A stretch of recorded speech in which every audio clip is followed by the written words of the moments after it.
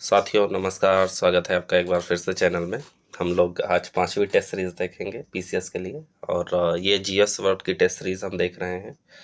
हमारे 4 टेस्ट हो चुके हैं, जिसमें पहला टेस्ट मिसलिनियस था, जिसमें जैसे हमारे पीसीएस में पेपर आते हैं सारे सब्जेक्ट के वैसा था। दूसरा हमारा मेडिवल हिस्ट्री का था। तीसरा हमारा जो है मॉडर्न हिस्ट्री था और चौथा हमारा टेस्ट था वर्ल्ड ज्योग्राफी और आज का हमारा टेस्ट होने वाला है इंडियन ज्योग्राफी से। ठीक है, इसमें कुछ यूपी के ज्योग्राफिकल क्वेश्चन को शामिल किया गया है, तो उसको भी आप देखेंगे। तो भारत के जो ज्योग्राफिकल क्वेश्चन हैं बहुत इम्पोर्टेंट, वो सारे हैं। पिछला वीडियो अगर आप देखेंगे ना, जो है जो हमारा चौथा वीडियो है वर्ल्ड ज्योग्राफी का, उसको देखेंगे। बहुत महत्वपूर्ण रहा है हमारा प्रश्न, उसमें बहुत इम्पोर्टेंट वीडियो रहा है, उसको ज़रूर देखिएगा। तो चलिए शुरू करते हैं आज के प्रश्नों को। चैनल पे नए हैं तो चैनल को सब्सक्राइब कर दीजिए। हमारा पहला प्रश्न है आज का जो है, निम्नलिखित में से कौन सा भारत में बोली जाने वाली भाषाओं का प्रमुख परिवार नहीं है। देखिए, जितनी भी भाषाएं बोली जाती हैं भारत में, उनमें से इसमें जो प्रश्न दिया गया है कौन सा परिवार नहीं है, कौन सी भाषा जो है भारत में नहीं बोली जाती है। तो देखिए, भारत में 4 तरह की भाषाएं बोली जाती है। एक तो इंडो यूरोपियन होती है, दूसरी द्रविड़ियन होती है, तीसरी होती है ऑस्ट्रो एशियाटिक और चौथी होती है सिनो तिब्बती।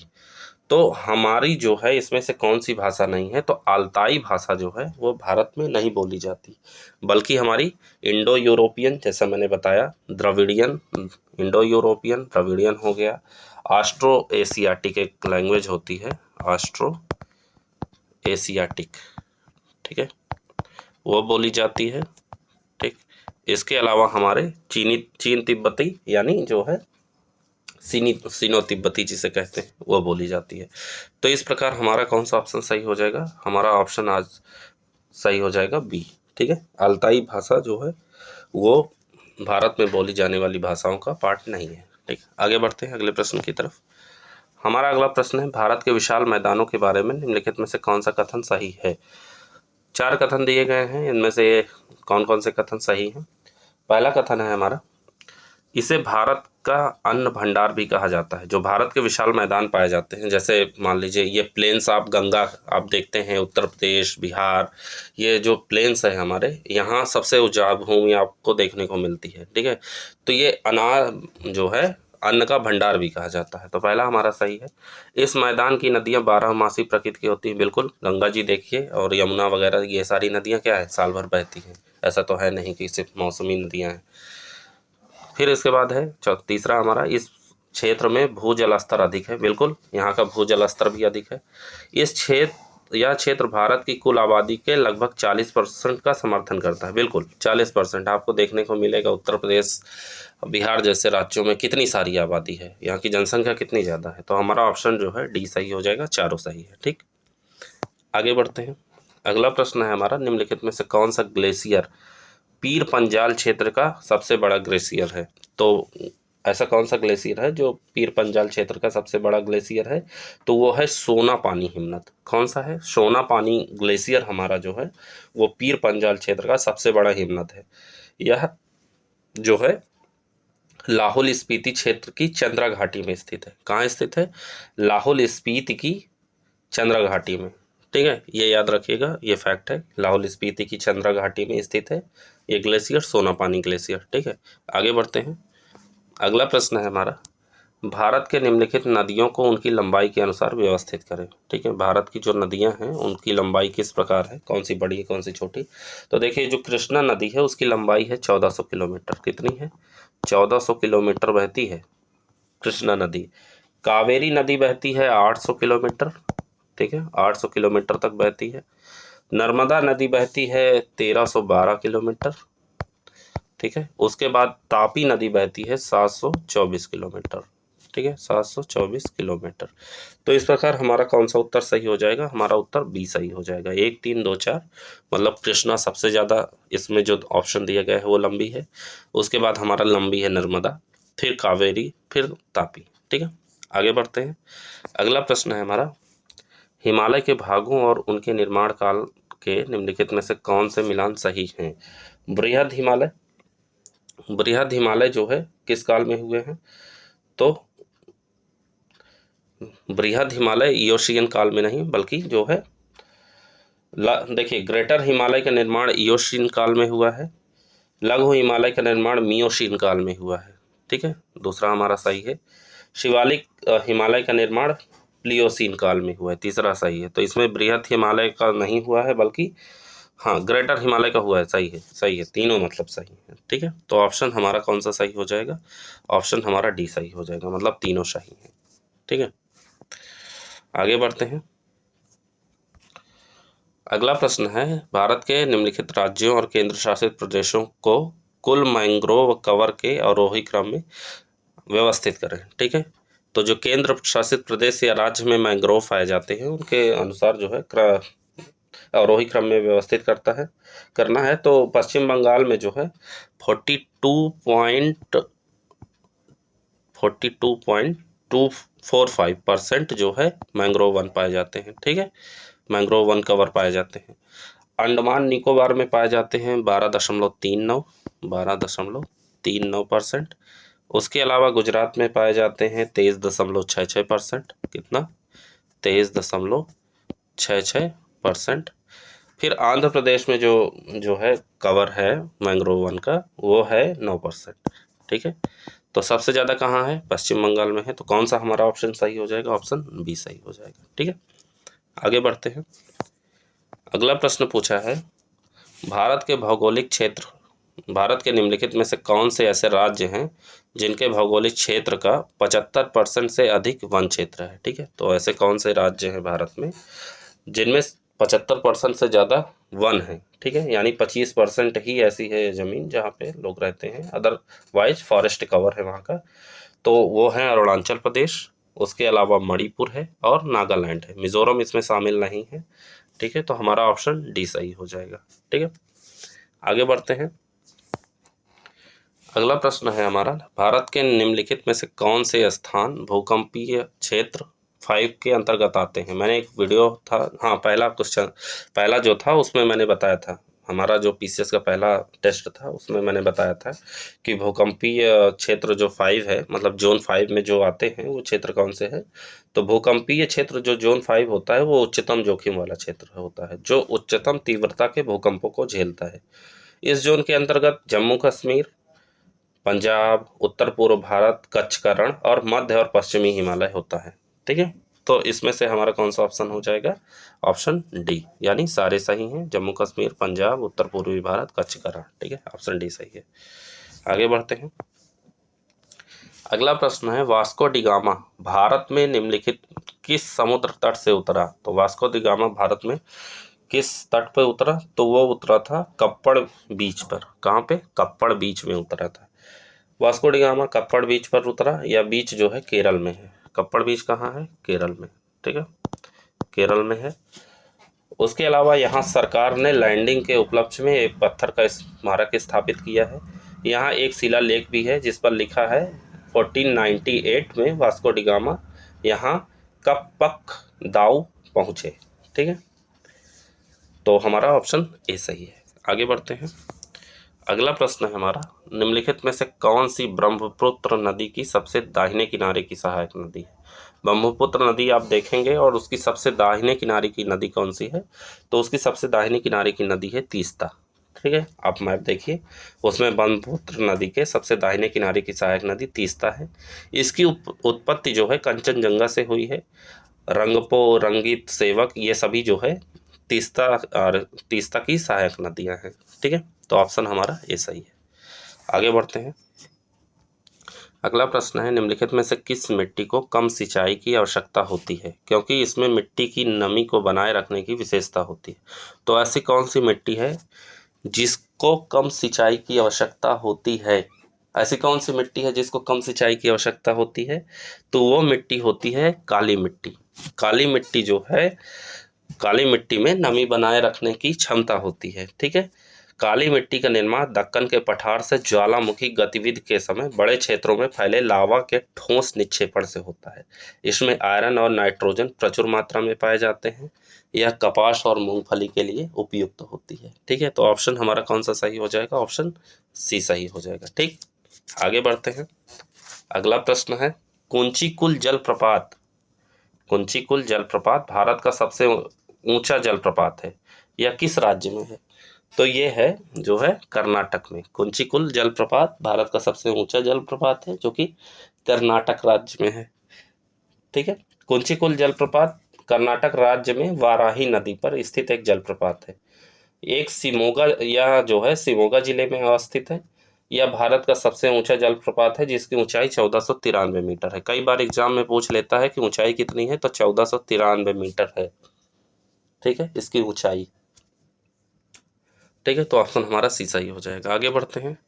अगला प्रश्न है, मालवा के पठार में चंबल नदी द्वारा काटी गई गहरी खड्डों और नालियों को निम्नलिखित में से किस नाम से जाना जाता है? मालवा के पठार में चंबल नदी द्वारा काटी गई गहरी खड्डों और नालियों को निम्नलिखित में से किस नाम से जाना जाता है? तो ये जाना जाता है बैडलैंड के नाम से। किसके नाम से? बैडलैंड के नाम से जाना जाता है। क्यों? क्योंकि चंबल नदी द्वारा मालवा के पठार में चंबल नदी द्वारा काटी गई गहरी खड्डों और नालियों को बैडलैंड के नाम से जाना जाता है। यह क्षेत्र किसी के उपयोग के लिए अनुपयुक्त होती है। ऐसा होता है कि जो नदियाँ वहाँ बहती हैं वो बहुत बड़े गड्ढों का निर्माण कर देती हैं, तो कृषि लायक भूमि नहीं बचती है वहाँ पे, इसलिए उसे बैडलैंड यानी बेकार भूमि कहा जाता है। ठीक है, तो ऑप्शन हमारा बी सही हो जाएगा। आगे बढ़ते हैं अगले प्रश्न की तरफ। अगला प्रश्न है, भारत के कितने प्रमुख जैव भौगोलिक क्षेत्र हैं? यह प्रश्न पूछा गया है पीछे। तो भारत में 10 भौगोलिक जैव क्षेत्र होते हैं। ठीक है, कौन कौन से हैं मैं नाम बता देता हूँ, ध्यान से सुनिएगा। ट्रांस हिमालय, हिमालय, रेगिस्तान, पश्चिमी घाट, दक्कन का पठार, गंगा का मैदान, उत्तर पूर्व क्षेत्र, तटीय क्षेत्र, द्वीप समूह और अर्ध शुष्क क्षेत्र। ये ऐसे 10 भौगोलिक क्षेत्र हैं जो भारत में स्थित हैं। ठीक है, तो ऑप्शन हमारा बी सही हो जाएगा। अगला प्रश्न है, परमाणु ऊर्जा स्टेशनों और उनसे संबंधित राज्यों को निम्नलिखित में से कौन से मिलान सही हैं? ठीक है, तो तारापुर परमाणु ऊर्जा संयंत्र महाराष्ट्र में है। ठीक है, सही है। उसके बाद नरोरा परमाणु बिजली घर उत्तर प्रदेश में है, ये भी सही है। फिर उसके बाद कुडनकुलम परमाणु ऊर्जा संयंत्र तमिलनाडु में है, ना कि केरला में। कहाँ है? तमिलनाडु में। ठीक, तमिलनाडु में है, तो हमारा तीसरा गलत है। और चौथा है काकरापार परमाणु बिजली घर गुजरात में है, ना कि असम में। ये गुजरात में है। ठीक, फैक्ट को याद करते चलिएगा। तो तारापुर परमाणु ऊर्जा केंद्र महाराष्ट्र, नरोरा परमाणु बिजली घर उत्तर प्रदेश, कुडनकुलम परमाणु ऊर्जा संयंत्र तमिलनाडु और काकरापार जो है परमाणु बिजली घर कहाँ है? गुजरात में। तो तीसरा चौथा हमारा गलत है, पहला दूसरा सही है। तो पूछा है कौन सा सही है, तो हमारा ऑप्शन हो जाएगा ऑप्शन ए। ठीक है, ऑप्शन ए हो जाएगा। आगे बढ़ते हैं। अगला प्रश्न है, बांग्लादेश में गंगा नदी की मुख्य शाखा को किस नाम से जाना जाता है? तो बांग्लादेश में गंगा नदी की मुख्य शाखा को किस नाम से जाना जाता है? पद्मा नाम से। ठीक है, आप जानते ही होंगे, बहुत आसान प्रश्न है। गंगा नदी बांग्लादेश में प्रवेश करते ही पद्मा के नाम से जानी जाती है।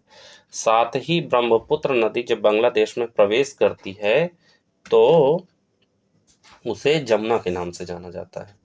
ठीक है, गंगा और ब्रह्मपुत्र अर्थात पद्मा और जमुना गोवालंद के निकट आपस में मिलती है तथा मेघना के नाम से जानी जाती है। ठीक है, तो ऑप्शन हमारा इसमें बी सही हो जाएगा। आगे बढ़ते हैं अगले प्रश्न की तरफ। अगला प्रश्न है, पंजाब हरियाणा के मैदान के दोआब और नदियों के बीच उनके स्थान के संबंध में निम्नलिखित में से कौन से सही सुमेलित है? एक तरफ दोआब हैं, एक तरफ नदियां दी गई हैं। ये पंजाब हरियाणा के मैदानों के दोआब के बारे में बात कर रहे हैं। ठीक है, तो हमारा जो है बारी दोआब है व्यास और रावी नदी पे, बिल्कुल सही है। बिष्ट दोआब व्यास और सतलज नदी पे है, बिल्कुल सही है। रेचना दोआब रावी और चिनाव पे, ये भी सही है। और छज दोआब चिनाव और झेलम पे, ये भी सही है। मतलब चारों सही हैं, ऑप्शन डी हो जाएगा। ये इंपॉर्टेंट प्रश्न है, पूछा गया है 1-2 बार, तो ध्यान से याद कर लीजिएगा। आगे बढ़ते हैं।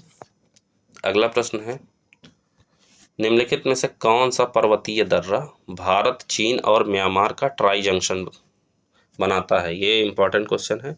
तो ऐसा कौन सा पर्वतीय दर्रा है जो भारत, चीन और म्यांमार जो है तीनों से जुड़ता है? तो वो होता है दीफू दर्रा। कौन सा दर्रा? दीफू दर्रा। दीफू दर्रा भारत, चीन और म्यांमार की यात्रा सीमाओं का एक पहाड़ी दर्रा है। यह मैकमोहन रेखा पर अरुणाचल प्रदेश में स्थित है। ठीक है, तो ऑप्शन हमारा डी सही हो जाएगा। आगे बढ़ते हैं। अगला प्रश्न है, निम्नलिखित कथनों पर विचार कीजिए, कौन से कथन हमारे सही हैं। ठीक है, पहला कथन है सभी उत्तर पूर्वी राज्य विदेशों के साथ सीमा साझा करते हैं। बिल्कुल सही है। जो सभी उत्तर पूर्वी राज्य हैं वो विदेशों के साथ सीमा करते हैं, सीमा साझा करते हैं। जैसे उत्तर पूर्वी में कौन से हैं? जैसे सिक्किम है। सिक्किम किसके साथ? नेपाल, भूटान, चीन। अरुणाचल प्रदेश है, वो किसके साथ? भूटान, चीन, म्यांमार के साथ। नागालैंड है म्यांमार के साथ। मणिपुर है म्यांमार के साथ।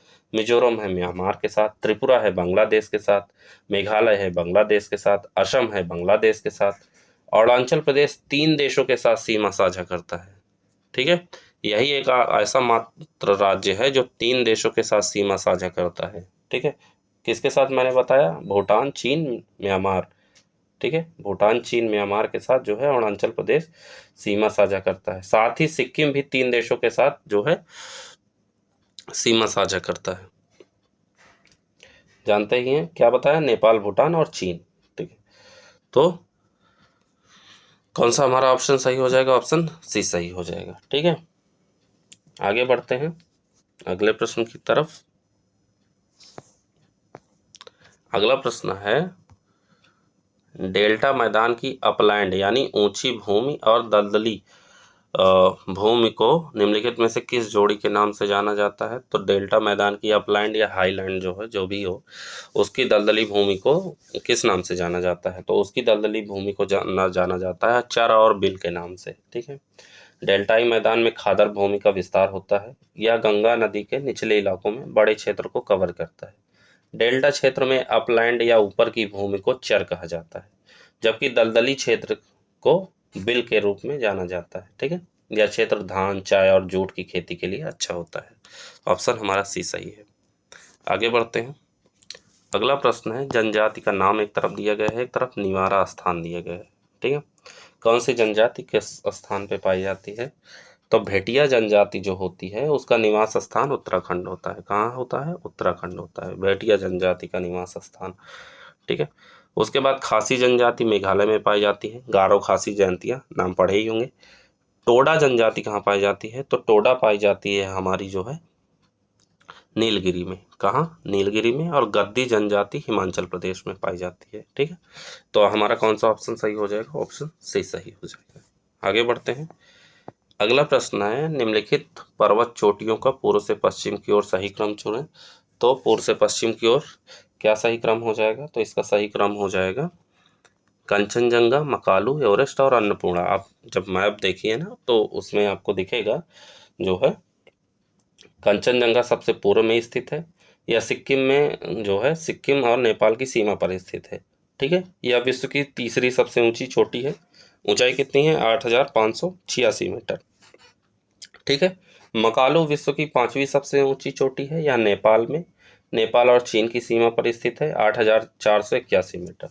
एवरेस्ट नेपाल में स्थित है, यह विश्व की सबसे ऊंची चोटी है। ठीक है, 8,848 मीटर। और अन्नपूर्णा भी नेपाल में ही है, यह विश्व की 10वीं सबसे ऊंची चोटी है, 8,091 मीटर। ये प्रश्न इसलिए यहाँ पूछा गया है क्योंकि चोटियाँ हैं सब बड़ी बड़ी इंपॉर्टेंट है, इसलिए क्रम पूछ लिया है पूर्व से पश्चिम की ओर। ठीक है, तो ऑप्शन हमारा ये सही हो जाएगा। आगे बढ़ते हैं। अगला प्रश्न है, निम्नलिखित में से कौन सा सही सुमेलित नहीं है? एक तरफ राष्ट्रीय पार्क दिया गया है, एक तरफ राज्य दिए गए हैं। ठीक है, राष्ट्रीय पार्क और राज्य दिए गए हैं, कौन सा सही सुमेलित नहीं है? ठीक, पूछा है भगवान महावीर मोलेम राष्ट्रीय उद्यान गोवा में है। बिल्कुल सही है, ये सही है। भगवान महावीर यानी मोलेम राष्ट्रीय उद्यान वो गोवा में है। बिल्कुल सही है। बेतला राष्ट्रीय पार्क उड़ीसा में नहीं है, बल्कि बेतला राष्ट्रीय पार्क झारखंड के लातेहार और पलामू जिले के छोटा नागपुर पहाड़ में है। तो ये उड़ीसा नहीं बल्कि कहाँ है? झारखंड। झारखंड। ठीक है, झारखंड के लातेहार और पलामू जिले के छोटा नागपुर पहाड़ पे है, पठार पे है। ठीक है, बेतला जो है 1974 में प्रोजेक्ट टाइगर के तहत बाघ अभ्यारण्य बनने वाले भारत के पहले राष्ट्रीय उद्यानों में से एक था। ठीक है, तो हमारा बी जो है शायद सुमेलित नहीं है। केवल लामजाओ राष्ट्रीय उद्यान जानते ही हैं, मणिपुर में है, आसान है। वांसदा जो है राष्ट्रीय उद्यान हमारा गुजरात में है। ठीक है, तो हमारा जो है 3 सही है, गलत है। ठीक है, आगे बढ़ते हैं। अगला प्रश्न है, प्रोजेक्ट एलिफेंट की शुरुआत कब की गई? कई बार ये सवाल पूछा गया है। प्रोजेक्ट एलिफेंट ध्यान से याद कर लीजिएगा, आगे भी पूछा जा सकता है या हो सकता है सही मिलान में दे दे। तो प्रोजेक्ट टाइगर या प्रोजेक्ट एलिफेंट की शुरुआत जो है 1992 में की गई थी। कब की गई थी? 1992 में। ठीक है, यह जो है भारत सरकार के पर्यावरण और वन मंत्रालय द्वारा जंगली एशियाई हाथियों के लिए शुरू की गई। ठीक है, इस परियोजना के उद्देश्य हाथियों की आबादी को उनके प्राकृतिक आवासों और प्रवास गलियारों की रक्षा करके उनकी आबादी के दीर्घकालिक अस्तित्व को सुनिश्चित करना है। ठीक है, आगे बढ़ते हैं अगले प्रश्न की तरफ। अगला प्रश्न है हमारा, अगस्त्यमलाई बायोस्फीयर रिजर्व में से किन राज्यों में अवस्थित है? तो अगस्त्यमलाई जो है किन किन राज्यों में है? तो अगस्त्यमलाई बायोस्फीयर रिजर्व पश्चिमी घाट के दक्षिणी छोर में है। यह जो है 3500 वर्ग किलोमीटर को कवर करता है। यह तमिलनाडु के तिरुनेलवेली और कन्याकुमारी जिलों, तो तमिलनाडु में है। ठीक है, और केरल के तिरुवनंतपुरम और कोल्लम जिलों को कवर करता है। तो तमिलनाडु के अलावा हमारा कहाँ है? केरला में। ठीक है, तो ऑप्शन हमारा कौन सा सही हो जाएगा? ऑप्शन सी सही हो जाएगा। ठीक है, आगे बढ़ते हैं। अगला प्रश्न है, हेमिस नेशनल पार्क किस राज्य या केंद्र शासित प्रदेश में स्थित है? ये पूछा गया प्रश्न है। तो हेमिस है लद्दाख में। ठीक है, ध्यान से याद कर लीजिएगा। यह लद्दाख के लेह में एक उच्च ऊंचाई वाला राष्ट्रीय उद्यान है। 3000 से 6000 मीटर इसकी ऊंचाई है। ठीक है, यह हिम तेंदुओं के लिए विश्व स्तर पर प्रसिद्ध है। दुनिया में किसी भी संरक्षित क्षेत्र हिम तेंदुओं का घनत्व सबसे ज़्यादा यहीं पे है। ठीक है, तो हमारा ऑप्शन भी सही हो जाएगा। आगे बढ़ते हैं। अगला प्रश्न है हमारा, राष्ट्रीय वन्य जीव बोर्ड NBWL की अध्यक्षता कौन करता है? तो राष्ट्रीय वन्य जीव बोर्ड की अध्यक्षता करता है प्रधानमंत्री। कौन करता है? प्रधानमंत्री। National board for wild life जो है भारत में वन्यजीव संबंधी मामलों के लिए सर्वोच्च निकाय है। इसके अध्यक्ष प्रधानमंत्री होते हैं। इसका गठन कब किया गया था? तो इसका गठन 2003 में किया गया था। 2003 में वन्य जीव संरक्षण अधिनियम 1972 की धारा 5A के तहत किया गया था। ठीक है, यह निकाय वन्य जीव संरक्षण को बढ़ावा देने और वन्य जीवों तथा वनों के विकास के लिए जिम्मेदार है। तो ऑप्शन हमारा सी सही है। अगला प्रश्न है, DRR 45 किसकी किस्म है? तो DRR 45 जो है धान की किस्म है। ठीक है, किसकी है? धान की। धान की DDR 45 में 22.6 ppm जिंक की मात्रा होती है। रक्षात्मक प्रणाली को ठीक से कार्य करने के लिए शरीर को जिंक की जरूरत होती है। इस किस्म का विकास ICAR भारतीय चावल अनुसंधान संस्थान हैदराबाद ने किया है। दक्षिण भारत के राज्य इसकी पैदावार के लिए उपयुक्त होते हैं। ठीक है, तो ऑप्शन हमारा बी सही है। आगे बढ़ते हैं। अगला प्रश्न है, ओरंग टाइगर रिजर्व कई बार चर्चा में रहा है। तो ओरंग टाइगर रिजर्व कहाँ स्थित है? तो ओरंग टाइगर रिजर्व स्थित है असम में। कहाँ है? असम में है। यह टाइगर रिजर्व असम के दरांग और सोनितपुर जिलों में ब्रह्मपुत्र नदी के उत्तरी तट पर स्थित है। इसकी स्थापना 1985 में अभ्यारण्य के रूप में हुआ और 1985 में यह राष्ट्रीय उद्यान भी बना। तो इसकी स्थापना कब हुई? 1985। ठीक है, ये सब भी देखते चलिएगा साथ साथ। आगे बढ़ते हैं अगले प्रश्न की तरफ। हमारा अगला प्रश्न है,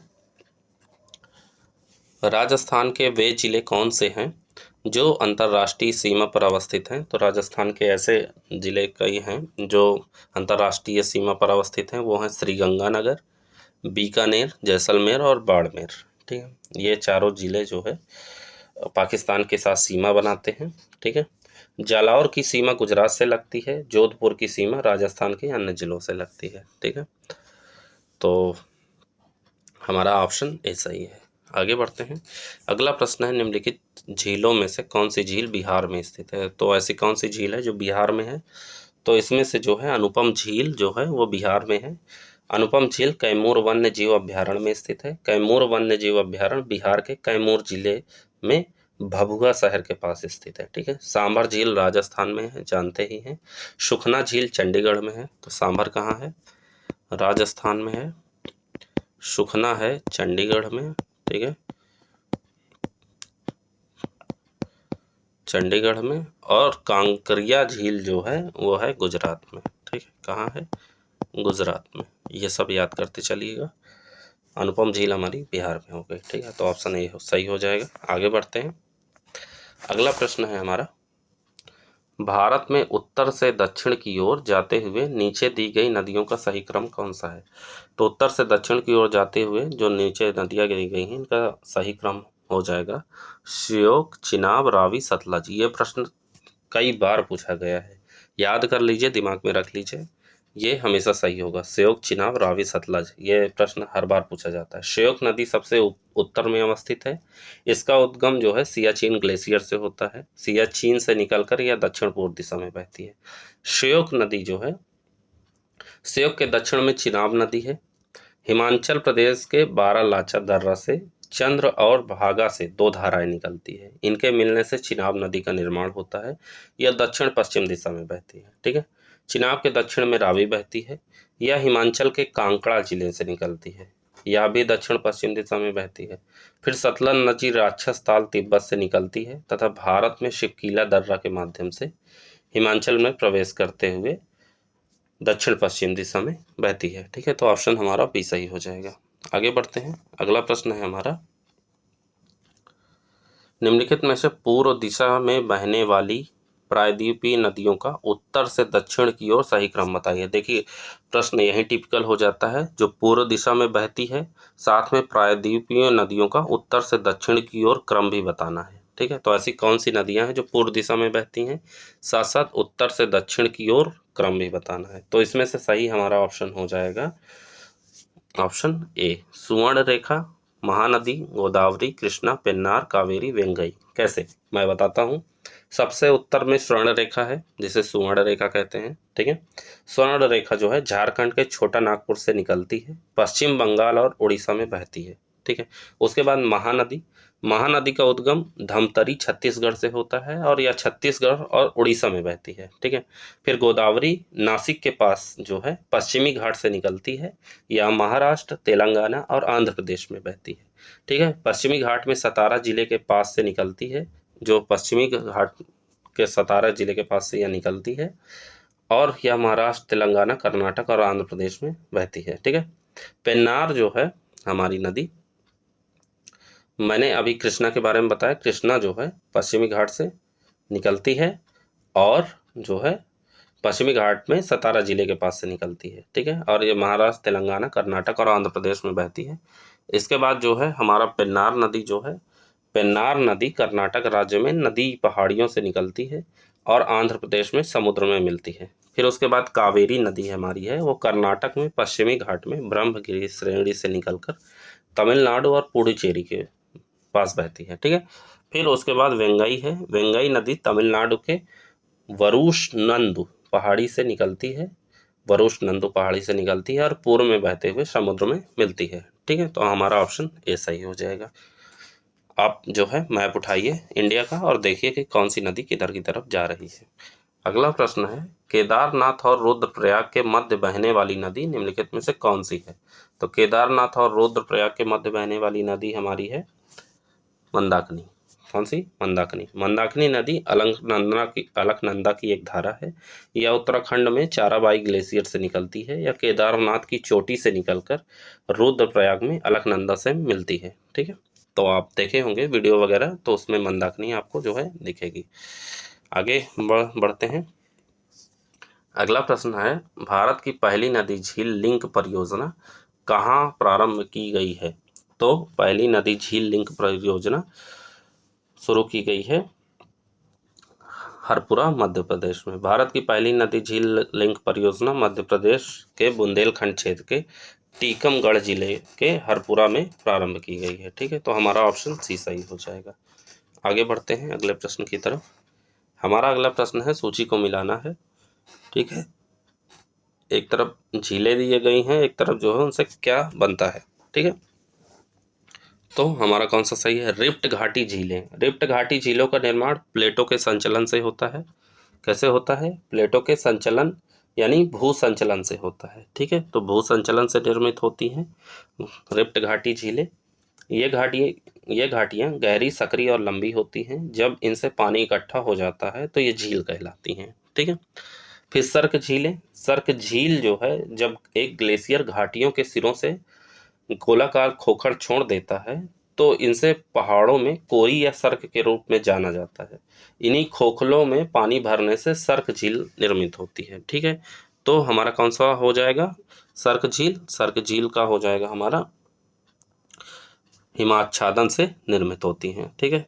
फिर आती हैं काष्ठ झीलें। काष्ठ झील गुफाओं के अपरदन से परिणाम स्वरूप बनती हैं, ठीक है। और यह मुख्यतः यह चूना पत्थर, डोलोमाइट, जिप्सम के विघटन से बनती है। तो काष्ठ झीलों का क्या हो जाएगा? हमारा अपारदन से निर्मित होती हैं। फिर बैरियर झीलें भूस्खलन तथा हिमस्खलन से निर्मित होती हैं, ठीक है। तो हमारा ऑप्शन ए सही हो जाएगा, ठीक है। आगे बढ़ते हैं अगले प्रश्न की तरफ। प्रश्नों को ध्यान से देखते चलिएगा। अगला प्रश्न है, मुल्ला पेरियार बांध के जल को लेकर किन राज्यों के मध्य विवाद रहा है? तो मुल्ला पेरियार बांध को लेकर केरल राज्य में पेरियार नदी पर स्थित यह गुरुत्वीय बांध है, ठीक है, जानते ही हैं। इसका निर्माण 1887 में और 1895 के मध्य हुआ था। उस समय मद्रास प्रेसिडेंसी, जो वर्तमान में तमिलनाडु को जल प्रदान करने का एक समझौता हुआ था। जल बंटवारे को लेकर यह दोनों राज्यों के मध्य विवाद का कारण रहा। 2014 में सुप्रीम कोर्ट ने इस पर अपना फैसला सुनाया और बांध की मजबूती का काम पूरा करके जल स्तर को 142 फीट और 152 फीट तय करने की अनुमति दी। तो ये दो राज्य हैं, केरल और तमिलनाडु, जिनके बीच जो है यह विवाद है मुल्ला पेरियार बांध में, ठीक है। अगला प्रश्न देखते हैं। अगला प्रश्न है हमारा, बेतवा नदी उत्तर प्रदेश के किस जिले में यमुना नदी से मिलती है? तो बेतवा नदी जो है उत्तर प्रदेश के किस जिले में यमुना नदी से मिलती है? तो ये मिलती है हमीरपुर में। कहाँ मिलती है? हमीरपुर में। बेतवा नदी उत्तर प्रदेश के हमीरपुर के यमुना नदी से मिलती है। बेतवा का उद्गम मध्य प्रदेश के रायसेन जिले के कुम्हरा गांव से होती है, ठीक है। बेतवा के किनारे सांची और विदिशा प्रसिद्ध सांस्कृतिक स्थल हैं। यह बुंदेलखंड पठार की सबसे लंबी नदी है। कितनी है? 480 किलोमीटर, ठीक है। बुंदेलखंड पठार की सबसे लंबी नदी है। तो ऑप्शन हमारा ए सही हो जाएगा। आगे बढ़ते हैं। अगला प्रश्न है, केन नदी निम्न में से किसकी सहायक नदी है? तो केन नदी किसकी सहायक नदी है? तो केन नदी सहायक नदी है यमुना की। किसकी? यमुना की। यमुना की सहायक नदी है। केन नदी का उद्गम विंध्याचल पर्वत, कटनी यानी मध्य प्रदेश से होता है। यह बुंदेलखंड क्षेत्र से गुजरते हुए यमुना नदी में मिल जाती है। केन नदी बांदा है, उत्तर प्रदेश में यमुना से मिलती है, ठीक है। तो ऑप्शन हमारा सी सही है। आगे बढ़ते हैं। अगला प्रश्न है, चक्रवात आसनी का संबंध किस या किन राज्यों से है? तो आसनी जो चक्रवात है वो जो है उड़ीसा में भी, पश्चिम बंगाल में भी, आंध्र प्रदेश, ये सभी में जो है आया हुआ है, ठीक है। आसनी जो है चक्रवात की उत्पत्ति अंडमान सागर के समीप मई 2022 में हुई थी, ठीक है। जैसे जैसे यह मजबूत हुआ, इसने आंध्र प्रदेश, उड़ीसा, पश्चिम बंगाल जैसे राज्यों में भारी बारिश और तूफान लाया, ठीक है। तो ऑप्शन हमारा डी सही हो जाएगा। आगे बढ़ते हैं। अगला प्रश्न है, भारत का सबसे उत्तरी बिंदु है, ये प्रश्न कई बार पूछा गया है। भारत का सबसे उत्तरी बिंदु कौन सा है? तो भारत का सबसे उत्तरी बिंदु जम्मू कश्मीर राज्य में स्थित है। इसको जो है हम लोग इंदिरा काल कहते हैं, ठीक है। पश्चिम सबसे दक्षिणी बिंदु जानते हैं इंदिरा पॉइंट है, और सबसे उत्तरी बिंदु हमारा इंदिरा काल है, ठीक है। इंदिरा काल की ऊंचाई जो है 5764 मीटर है, जो कि काराकोरम रेंज में सियाचिन में इंदिरा रिज में एक पहाड़ी दर्रा है, ठीक है। तो ऑप्शन हमारा सी सही हो जाएगा। आगे बढ़ते हैं अगले प्रश्न की तरफ। अगला प्रश्न है हमारा, कौन सा कथन सही है? निम्नलिखित कथनों पर विचार कीजिए, कौन सा कथन सही है? पहला कथन है, रेड क्लिफ सीमा भारत को पाकिस्तान से अलग करती है। तो क्या यह सही है? बताइए। रेड क्लिफ सीमा भारत को पाकिस्तान से अलग करती है। बिल्कुल, रेड क्लिफ जो है भारत को पाकिस्तान से अलग करती है। दूसरा है, अपनी समृद्ध और वन संपदा के कारण सर क्रीक भारत तथा पाकिस्तान के मध्य विवाद का विषय है। दूसरा हमारा गलत है, क्यों? क्योंकि सर क्रीक जो है गुजरात के कच्छ में पड़ता है, ठीक है। और यह भारत 24 डिग्री अक्षांश को विधायन रेखा मानता है, जबकि पाकिस्तान इसे नहीं मानता है। सर क्रीक एक दलदलीय स्थान है, ठीक है। तो ऑप्शन हमारा कौन सा सही हो जाएगा? ऑप्शन ए सही हो जाएगा, ठीक है। आगे बढ़ते हैं अगला प्रश्न की तरफ। अगला प्रश्न है, निम्नलिखित में से किन राज्यों की सीमा म्यांमार के साथ लगती है? तो ऐसा कौन सा है राज्य जो है जिनकी सीमा म्यांमार से लगती है? तो कौन कौन से राज्य हैं? तो ये राज्य हमारे हैं अरुणाचल प्रदेश, नागालैंड, मणिपुर, मिजोरम। कौन कौन से? अरुणाचल प्रदेश, ठीक है, उसके बाद नागालैंड, फिर मणिपुर, ठीक है, फिर उसके बाद मिजोरम। इसकी सीमा जो है म्यांमार से लगती है, ठीक। आगे बढ़ते हैं अगले प्रश्न की तरफ। अगला प्रश्न है, हिमालय की निम्नलिखित पर्वत श्रेणियों का उत्तर से दक्षिण की ओर सही क्रम चुनिए। तो हिमालय की जो पर्वत श्रेणियां हैं उनका उत्तर से दक्षिण की ओर क्रम हो जाएगा, क्या हो जाएगा? ट्रांस हिमालय, वृहत हिमालय, मध्य हिमालय और बाह्य हिमालय। बहुत आसान क्वेश्चन है। उत्तर से दक्षिण की ओर हिमालय की पर्वत श्रेणियां ट्रांस हिमालय, वृहत हिमालय, मध्य हिमालय और बाह्य हिमालय। सबसे उत्तर में ट्रांस हिमालय स्थित है, इसमें जो है कराकोरम, लद्दाख और जास्कर श्रेणी है। इसके बाद वृहत हिमालय स्थित है, इसमें एवरेस्ट, कंचनजंगा, मकालू, नंगा पर्वत जैसी चोटी स्थित है, ठीक है। मध्य हिमालय, इसमें पीर पंजाल और बनिहाल अवस्थित है। फिर सबसे दक्षिण में बाह्य हिमालय या शिवालिक हिमालय, इसमें डाफला, मिरी, आबोर शामिल है, ठीक है। तो ये सारे जो है हमको फैक्ट याद रखने हैं, ऑप्शन बी सही हो जाएगा। जो ना समझ में आया हो वीडियो एक बार पीछे करके फिर से सुन लीजिएगा तो याद हो जाएगा। आगे बढ़ते हैं अगला प्रश्न है, हिमनद का नाम और क्षेत्र क्या है? ठीक है, कौन सा हिमनद कौन से क्षेत्र में है? ठीक है, तो बोल्टारो जो हिमनद है, बोल्टारो हिमनद हमारा किस में है? तो बोल्टारो हिमनद है काराकोरम श्रृंखला में। उसके बाद गंगोत्री है पीर पंजाल श्रृंखला में। गांगारी है हमारा जो है गढ़वाल प्रदेश में, और लिडांडा है मध्य नेपाल प्रदेश में, ठीक है। ये हमको फैक्ट याद रखना है, हमारा ऑप्शन बी सही हो जाएगा, ठीक है। काराकोरम में जो है जो हिमनद है सियाचिन, बोल्टारो, बियाफो, हिस्वार, स्कर्मी, ये सारे जो है काराकोरम में है। पीर पंजाल में स्थित हिमनद जो है मिलाम, गंगोत्री, जम्मू, ठीक है। गढ़वाल या मध्य हिमालय में जो हिमनद है वो गांगरी है, और मध्य नेपाल में लिडांडा हिमनद शामिल है, ठीक है। तो हमारा ऑप्शन बी सही हो जाएगा। आगे बढ़ते हैं अगला प्रश्न है, चोटी दिया गया है और पर्वत श्रेणी, कौन सी चोटी कौन से पर्वत श्रेणी में है? बहुत आसान प्रश्न है। गुरु शिखर जो है अरावली की सर्वोच्च चोटी है, जानते ही हैं गुरु शिखर अरावली की सर्वोच्च चोटी है 1722 मीटर। कितना? 1722 मीटर, ठीक है। दोदा बेट्टा नीलगिरी की सर्वोच्च चोटी है, ठीक है। इसकी ऊंचाई कितनी है? 2695 मीटर। कितना? 2695 मीटर। फिर अनाईमुडी अन्नामलाई की सर्वोच्च चोटी है, जानते ही हैं। इसकी जो है ऊंचाई कितनी है? इसकी ऊंचाई है 2695। दोदा बेट्टा की 2635 है, ना कि 95। 2635 है, 2695 इसकी है, 2695 अन्नामलाई की है, ठीक है। और फिर उसके बाद बसता है हमारा धूपगढ़। धूपगढ़ जो है सतपुड़ा में है, जिसकी ऊंचाई जो है 1350 मीटर है, ठीक है। ये हमको याद रखना है, ठीक है। यह सतपुड़ा में स्थित है, जानते ही हैं। तो ऑप्शन हमारा कौन सा सही हो जाएगा? ऑप्शन डी सही हो जाएगा, ठीक। आगे बढ़ते हैं अगला प्रश्न है, झील एक तरफ है, एक तरफ जो है राज्य दिए गए हैं। कौन सी झील कौन से राज्य में है? वेम्बनाथ झील हमारी जो है केरला में है, जानते ही हैं। उसके बाद वेम्बनाथ झील केरल के वेलिंगटन द्वीप में है, जहां पर नौकायान प्रतियोगिता होती है। यह एक लाइगोन झील है, ये याद रखिएगा। पुलिकट झील आंध्र प्रदेश व तमिलनाडु की सीमा बनाती है, ठीक है। पुलिकट झील आंध्र प्रदेश व तमिलनाडु की सीमा पर स्थित एक लाइगोन झील है। चिल्का झील उड़ीसा में है, जानते ही हैं, बहुत आसान है। तो चिल्का हो गई हमारी उड़ीसा, और सांभर हो गई राजस्थान में, ठीक है। तो सांभर झील जो है वो जयपुर से 60 किलोमीटर की दूरी पर स्थित है, या अंतः स्थलीय खारे पानी की झील है, और यह झील भारत में 60% नमक की आपूर्ति करती है। ये भी याद रखिएगा। तो हमारा ऑप्शन जो है इस हिसाब से कौन सा सही हो जाएगा? ऑप्शन सही हो जाएगा हमारा बी। ठीक है, ऑप्शन बी हो जाएगा।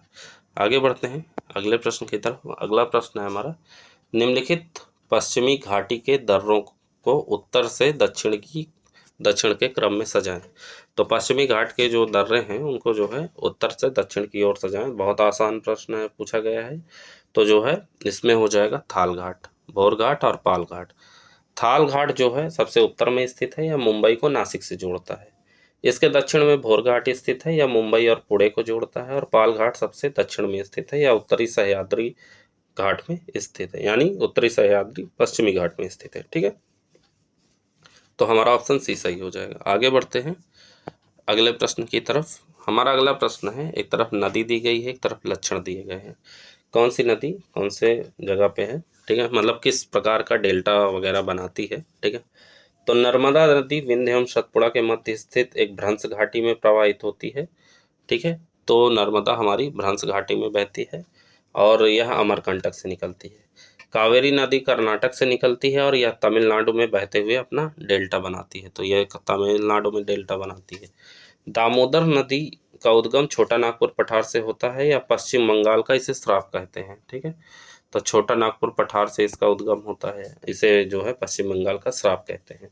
गोदावरी की सहायक नदी पेनगंगा है। ठीक है, तो पेनगंगा हो गई गोदावरी की सहायक। तो हमारा ऑप्शन कौन सा सही हो जाएगा? हमारा ऑप्शन बी सही हो जाएगा। ठीक है, आगे बढ़ते हैं। अगला प्रश्न है हमारा, स्थानीय तूफान जो आते हैं किस क्षेत्र में आते हैं। ठीक है, पूछा गया है उसको क्या कहते हैं, स्थानीय तूफान जो आते हैं उसको क्या कहते हैं उस क्षेत्र में। आम्रवर्षा, आम्रवर्षा जो है या चेरी व आम के लिए लाभदायक होती है, या केरल व तमिलनाडु में आती है। केरल व तमिलनाडु में आती है। ठीक है, तो हमारा जो है सही हो जाएगा केरल व कर्नाटक और तमिलनाडु में भी आती है। ठीक है, नार्वेस्टर जो है, नार्वेस्टर पश्चिमी बंगाल में धान की फसल के लिए लाभकारी जो है बसंत ऋतु में आती है। ठीक है, काल बैसाखी जो है जानते ही हैं, पंजाब व हरियाणा में काल बैसाखी जो है हमारी आती है पश्चिम बंगाल व असम में होने वाली मूसलाधार वर्षा व तेज हवाओं में होती है, या मानसून में चलती है। तो पश्चिम बंगाल और असम में होती है। असम में जो है काल बैसाखी, और लू चलती है पंजाब तथा हरियाणा में, या गर्मी में चलने वाली तेज धूल भरी और शुष्क गर्म हवाएं हैं। उत्तर प्रदेश में भी लू ही बहती है, उसका नाम लू रखा गया है। तो ऑप्शन हमारा ये सही हो जाएगा। ठीक है, सारे सही सुमेलित थे। आगे बढ़ते हैं। अगला प्रश्न है, वनस्पति एक तरफ दिए गए हैं, एक तरफ पेड़ पेड़ दिए गए हैं। ठीक है, तो कौन सी वनस्पतियों में, मतलब किस प्रकार की वनस्पतियां जो है, किस प्रकार के पेड़ जो है कहाँ उगते हैं। ठीक है, तो उष्णकटिबंधीय कांटेदार वनस्पति में बबूल सहित नागफनी, रीठा, केर व बेर शामिल हैं। ठीक है, तो कौन कौन से? उष्णकटिबंधीय बबूल, नागफनी, रीठा, केर, बेर। ठीक है, इस प्रकार के मतलब कांटेदार जो है वृक्ष ज्यादातर उगते हैं। आर्द्र पतझड़, तो आर्द्र पतझड़ वनस्पति में टीक उगता है। ठीक है, उसके अलावा शाल, सागौन, जामुन, महुआ, पीपल, बरगद, नीम। तो ठीक है, उष्णकटिबंधीय सदाबहार, तो उष्णकटिबंधीय सदाबहार वनस्पति में एबोनी, एबोनी के साथ सिनकोना, आबनूस, रोजवुड, महोगनी, चंदन, ये सारे उगते हैं। और अल्पाइन जो है वनस्पति में सिल्वर फर, उसके अलावा स्प्रूस, चीज, सनोवर, ये सारे पेड़ शामिल होते हैं। ठीक है, तो हमारा कौन सा ऑप्शन सही हो जाएगा? ऑप्शन सी सही हो जाएगा। ठीक है, आगे बढ़ते हैं। अगला प्रश्न है, एक तरफ अनुसूचित जनजाति दिया गया है, एक तरफ राज्य दिया गया है, और पूछा है कौन सा सही सुमेलित नहीं है।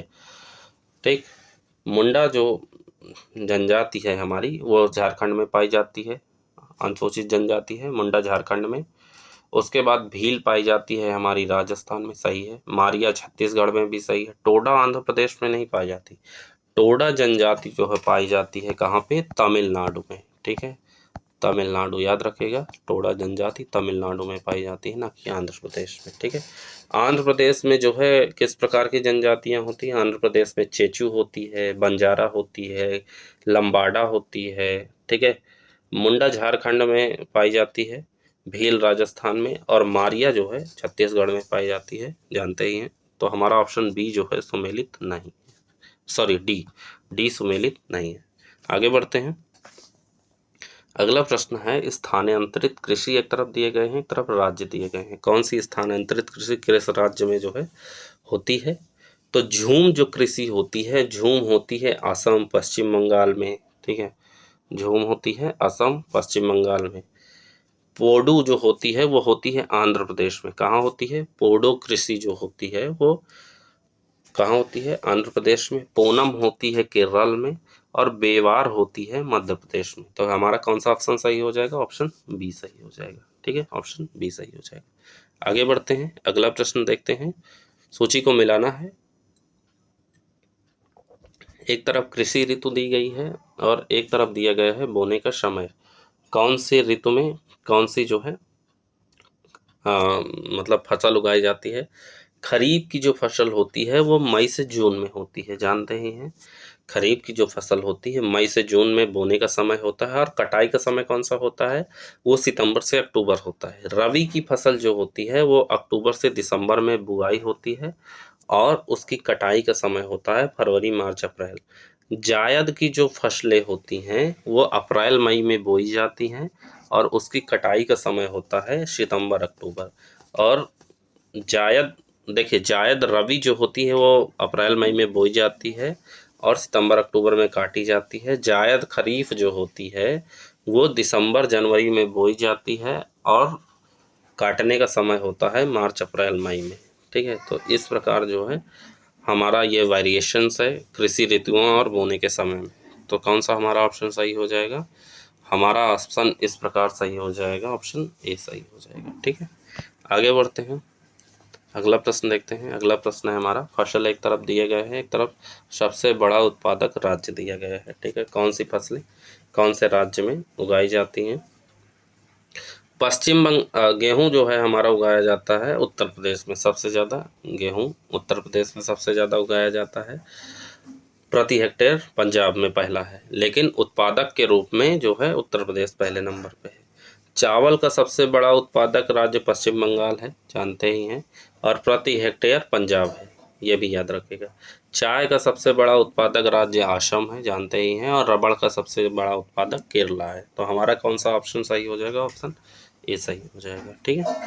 आगे बढ़ते हैं, अगला प्रश्न है हमारा, दक्षिण पश्चिम मानसून की ऋतु में तमिलनाडु प्रायः शुष्क रहता है, क्यों? जो दक्षिण पश्चिम मानसून आता है उसमें तमिलनाडु हमेशा ज़्यादातर शुष्क रहता है। वो क्यों रहता है, उसका कारण क्या है? तो उसका कारण है, यह पश्चिमी घाट के वृष्टि छाया क्षेत्र में है, बिल्कुल सही है। यह जो है दक्षिणी पश्चिमी मानसून जब हिंद महासागर को पार करके भारत के पश्चिमी तट से टकराती हैं, तो यह ढाल के सहारे ऊपर उठकर संघनित होकर बादल का निर्माण कर पर्याप्त वर्षा करती हैं, तथा हवाएं आर्द्रता मुक्त हो जाती हैं। पुनः सह्याद्री पार कर हवाएं पश्चिम की तरफ उठती हैं। हवाएं जब नीचे उतरती हैं तो शुष्क व गर्म हो जाती हैं तथा वर्षा नहीं कर पाती हैं, यानी वृष्टि छाया में आ जाती हैं, ठीक है। उसके अलावा पूर्वी घाट तथा तमिलनाडु का तट दक्षिण पश्चिमी मानसून की दिशा के लगभग समानांतर है, तो यह भी सही है, ठीक है। यानी पूर्वी घाट तथा तमिलनाडु दक्षिण पश्चिमी मानसून के समांतर स्थित है, वहाँ उत्तर पूर्वी मानसून से वर्षा प्राप्त होती है, ठीक है। तो ऑप्शन कौन सा सही हो जाएगा? ऑप्शन सी सही हो जाएगा, दोनों सही है। आगे बढ़ते हैं, अगला प्रश्न है, उत्तर से दक्षिण की ओर आने जाने में हिमालयी दर्रों का सही क्रम क्या है? तो उत्तर से जब दक्षिण की ओर आएंगे तो हमारा जो है सही क्रम क्या हो जाएगा? तो सही क्रम हो जाएगा, सबसे ऊपर पड़ेगा लानकना दर्रा, फिर चांगला, फिर इमिसला, फिर सिपकीला, ठीक है। उत्तर से दक्षिण में यही सही क्रम है। लानकला दर्रा जो है हमारा लद्दाख और तिब्बत के मध्य स्थित है। चांगला जो है लद्दाख और तिब्बत के मध्य स्थित है, चांगला भी, ठीक है। इमिसला लद्दाख और तिब्बत के बॉर्डर में स्थित है, ठीक है। इसके अलावा सिपकीला दर्रा या हिमाचल प्रदेश में स्थित है या हिमाचल प्रदेश और तिब्बत के मध्य स्थित है। सतलुज नदी इसी दर्रे के पास ही एक घाटी में भारत में प्रवेश करती है। ठीक है, तो ऑप्शन हमारा ए सही हो जाएगा। आगे बढ़ते हैं अगले प्रश्न की तरफ। रुद्रप्रयाग निम्नलिखित में से किन नदियों के संगम पर स्थित है? अभी पीछे मैंने बताया रुद्रप्रयाग के बारे में, तो किन नदियों के संगम पर स्थित है? तो रुद्रप्रयाग स्थित है अलकनंदा व मंदाकिनी के। ठीक है, रुद्रप्रयाग उत्तराखंड में अलकनंदा व मंदाकिनी नदियों के संगम पर अवस्थित है। रुद्रप्रयाग अलकनंदा नदी के 5 संगमों में से एक है। यह पंचप्रयाग तीर्थ यात्रा का अंतिम पड़ाव है। इसके बाद अलकनंदा भागीरथी से मिलकर गंगा का निर्माण करती है। तो ऑप्शन हमारा बी सही हो जाएगा। आगे बढ़ते हैं। हमारा अगला प्रश्न है, निम्नलिखित में से कौन सी नदी डेल्टा नहीं बनाती है? तो ऐसी कौन सी नदी है जो डेल्टा नहीं बनाती है? तो वो होती है ताप्ती नदी। ताप्ती नदी जो है डेल्टा नहीं बनाती है। यह मध्य प्रदेश के बैतूल यानी मुल्ताई से निकलकर अरब सागर में गिरती है। ताप्ती नदी भ्रंश घाटी में बहती है। यह मध्य प्रदेश और महाराष्ट्र तथा गुजरात में बहती है। भ्रंश घाटी में बहने के कारण यह डेल्टा नहीं बनाती है। ठीक है, तो ऑप्शन हमारा सी सही हो जाएगा। आगे बढ़ते हैं। अगला प्रश्न है, निम्नलिखित में से कौन सी नदी एस्चुरी नहीं बनाती है? ठीक है, तो ऐसी कौन सी नदी है जो एस्चुरी नहीं बनाती है? तो वो है महानदी। महानदी जो है एस्चुरी नहीं बनाती है। ठीक है, यह छत्तीसगढ़ से निकलती है और उड़ीसा में बहते हुए जगत सिंहपुर के पास डेल्टा बनाती है और पश्चिम बंगाल की खाड़ी में मिल जाती है। नर्मदा भ्रंश घाटी में बहती है, अदर डेल्टा नहीं बनाती। ठीक है, मांडवी पश्चिमी घाट की नदी है और लंबी कम व ऊंचाई से निकलने के कारण एस्चुरी बनाती है। सोन नदी मध्य प्रदेश अमरकंटक से निकलकर बिहार में गंगा में मिल जाती है। ठीक है, तो सारी नदियों को मैंने बता दिया, ऑप्शन डी सही है। ठीक है, आगे बढ़ते हैं। अगला प्रश्न है, अरावली पर्वतमाला महान जल विभाजक है। ठीक है, किसके किसके बीच? तो अरावली जो पर्वतमाला है वो महान विभाजक का कार्य करती है सिंधु और गंगा नदी के बीच। ठीक है, अरावली पर्वत श्रृंखला सिंधु नदी और गंगा नदी तंत्र के मध्य जल विभाजक का कार्य करती है। यह पर्वत श्रृंखला राजस्थान होते हुए दिल्ली तक फैली है। यह विश्व की प्राचीनतम पर्वत श्रृंखलाओं में से एक है। तो ऑप्शन हमारा ए सही हो जाएगा। आगे बढ़ते हैं। अगला प्रश्न है, एक तरफ घाटी दी गई है, एक तरफ अवस्थिति दी गई है। कौन सी घाटी की अवस्थिति कहाँ है? मूर्खा घाटी जो है या मरखा घाटी भी कहते हैं मूर्खा घाटी को, यह लद्दाख में एक नदी है। ठीक है, लद्दाख में एक नदी है। यह नदी हेमिस नेशनल पार्क के अंदर बहती है। ठीक है, युमथांग घाटी को सिक्किम को फूलों की घाटी अभ्यारण्य भी कहते हैं। ठीक है, युमथांग घाटी को क्या कहते हैं? सिक्किम में फूलों की घाटी अभ्यारण्य भी कहते हैं। जुकू घाटी जो है ये नागालैंड व मणिपुर राज्यों की सीमाओं में स्थित एक घाटी है। कहाँ है? नागालैंड व मणिपुर की सीमा में स्थित एक घाटी है। यह घाटी प्राकृतिक वातावरण, मौसमी फूलों, वनस्पतियों व जीवों के लिए प्रसिद्ध है। अराकू घाटी हमारी पाई जाती है, आंध्र प्रदेश में स्थित है। यह आंध्र प्रदेश के विशाखापट्टनम जिले में एक पर्वतीय स्थान है। यह घाटी पूर्वी घाट पर स्थित है। ठीक है, तो हमारा ऑप्शन इस प्रकार सही हो जाएगा बी। ठीक है, आगे बढ़ते हैं। अगला प्रश्न है, सबसे ज़्यादा तटीय लवणता मृदा किस राज्य में पाई जाती है? तो सबसे ज़्यादा लवणता पाई जाती है गुजरात राज्य में। कहाँ पाई जाती है? गुजरात राज्य में। सबसे ज़्यादा तटीय लवणता मृदा जो 72% से अधिक गुजरात और पश्चिम बंगाल में पाई जाती है। इनमें भी गुजरात में सबसे अधिक तटीय लवणीय मृदा पाई जाती है। ठीक है, तो ऑप्शन हमारा ए सही हो जाएगा। आगे बढ़ते हैं अगले प्रश्न की तरफ। हमारा अगला प्रश्न है, निम्नलिखित कथनों पर विचार करें, कौन सा कथन सत्य है? पहला कथन हमारा कहता है कि जोजिला दर्रा जास्कर श्रेणी में स्थित है एवं यह लेह व श्रीनगर को जोड़ता है। बिल्कुल सही है, जोजिला दर्रा जो है हमारी जास्कर श्रेणी में स्थित है। यह लेह और श्रीनगर को जोड़ता है। दूसरा है कराकोरम दर्रा लद्दाख क्षेत्र में स्थित भारत का सबसे ऊंचा दर्रा है जो भारत व चीन को जोड़ता है। यह भी सही है, तो ऑप्शन हमारा सी सही हो जाएगा। आगे बढ़ते हैं अगले प्रश्न की तरफ। अगला प्रश्न है हमारा, निम्नलिखित कथनों पर विचार करें, कौन सा कथन सही है? पहला कथन हमारा कहता है कि मैंग्रोव वे क्षेत्र हैं जो उच्च लवणता, ऊंचे ज्वार, तेज हवाओं, अधिकतम तापमान और दलदली लवणीय भूमि जैसे असहनीय स्थिति में भी रह सकते हैं। बिल्कुल सही है, मैंग्रोव वन ऐसे ही होते हैं, ये जो है मैंग्रोव समुद्र या नदियों के किनारे पर पाए जाते हैं। इनका प्रमुख कार्य जो होता है वो मृदा के कटाव को रोकना होता है। ये वृक्ष तेज हवा, अधिकतम तापमान व लवणीय एवं दलदली भूमि में विपरीत परिस्थितियों में भी जीवित रह सकते हैं। ठीक है। दूसरा कथन कहता है सदाबहार 16 वन केरल, तमिलनाडु तथा नीलगिरी पहाड़ी क्षेत्रों में पाए जाते हैं। तो दूसरा भी हमारा कथन हमारा सही है। ये जो है तमिलनाडु, केरल, कर्नाटक की पर्वत श्रृंखलाओं में उष्णकटिबंधीय क्षेत्रों में पाए जाते हैं। ठीक है। तो और दक्षिण भारत में इन्हें मोंटाना वन प्रणाली के नाम से जाना जाता है। ठीक है। तो ये याद रखिएगा, किस नाम से? मोंटाना वन प्रणाली। ठीक है, मोंटाना वन प्रणाली कहते हैं इनको दक्षिण भारत में। ठीक, ये भी याद रखने की आवश्यकता है। तो हमारा ऑप्शन सी सही हो जाएगा, दोनों सही है। ठीक, आगे बढ़ते हैं। अगला प्रश्न है निम्नलिखित में से कौन सी यमुना की सहायक नदी नहीं है? इनमें से जो नदियां दी गई हैं यमुना की एक सहायक नदी नहीं है।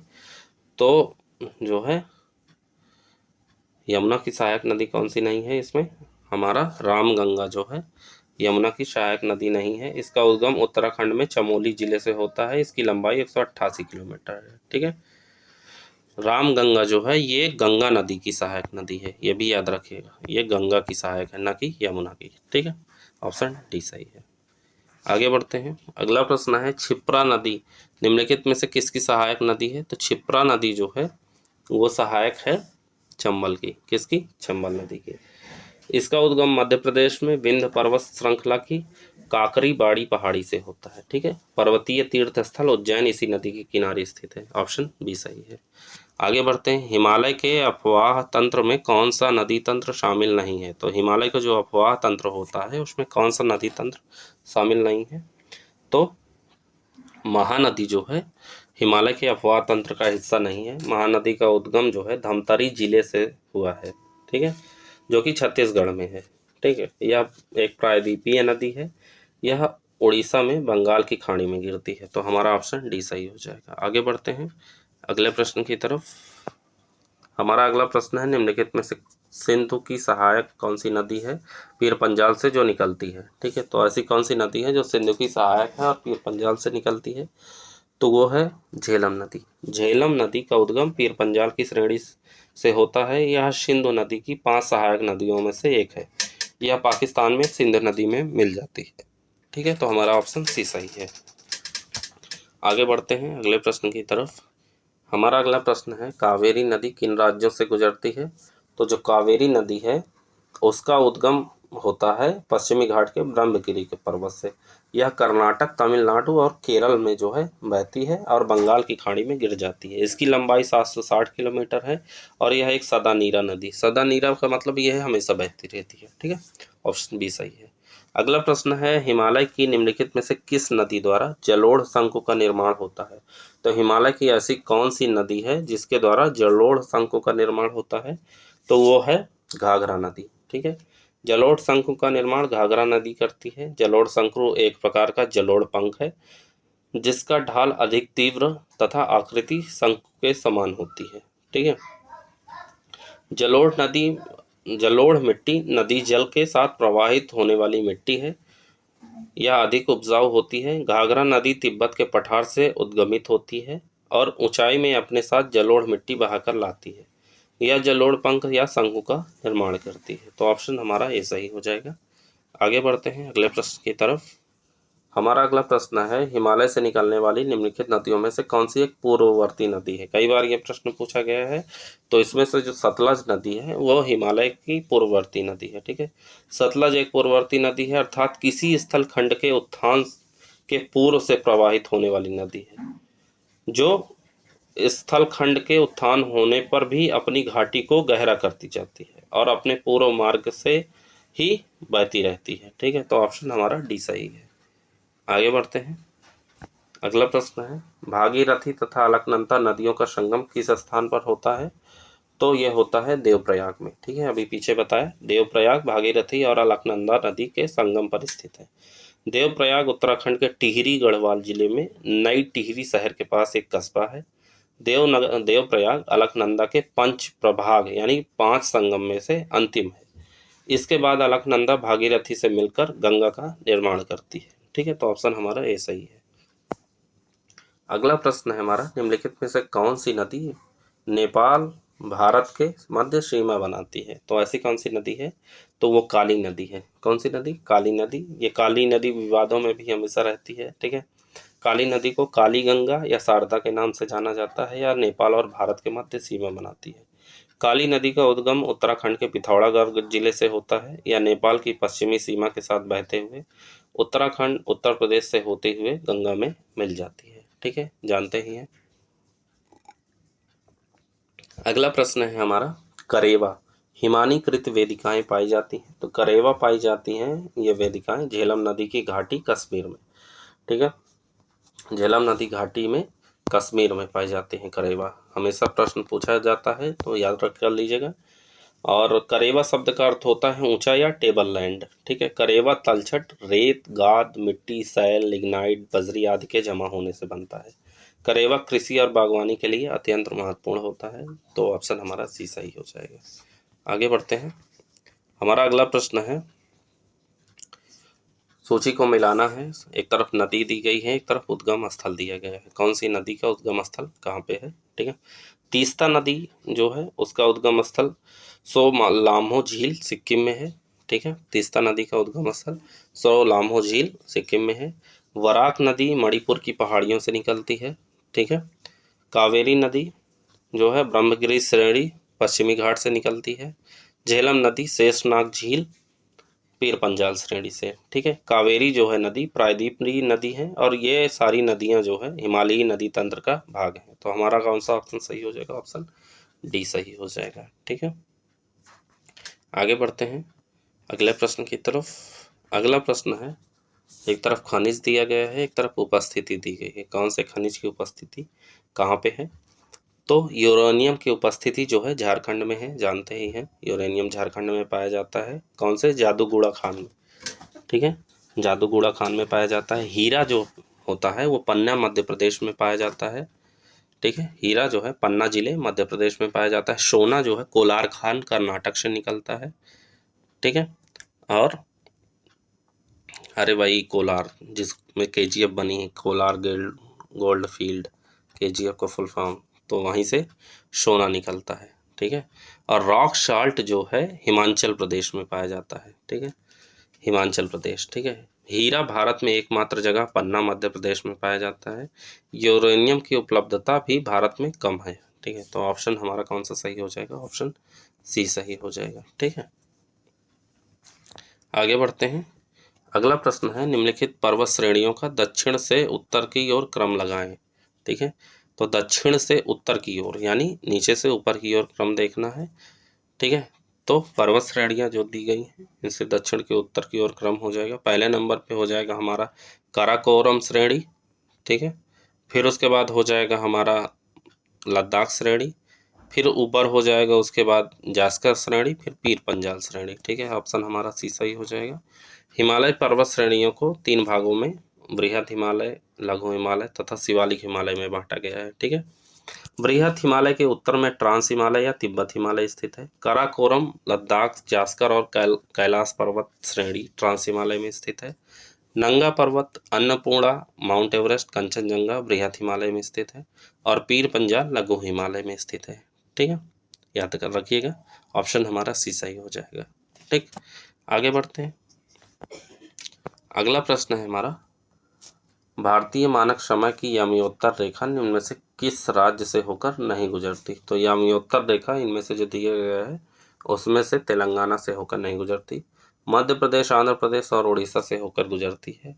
उसके अलावा जो है ये 5 राज्य में से गुजरती है। कौन कौन से? उत्तर प्रदेश, मध्य प्रदेश, छत्तीसगढ़, उड़ीसा और आंध्र प्रदेश। ठीक है, भारतीय मानक समय रेखा यामियोत्तर जो है 42 डिग्री 30 अंश जो है पूर्वी देशांतर पर है, ये जानते ही हैं। तो ऑप्शन हमारा सही हो जाएगा सी, ये के तेलंगाना से नहीं गुजरती है। आगे बढ़ते हैं।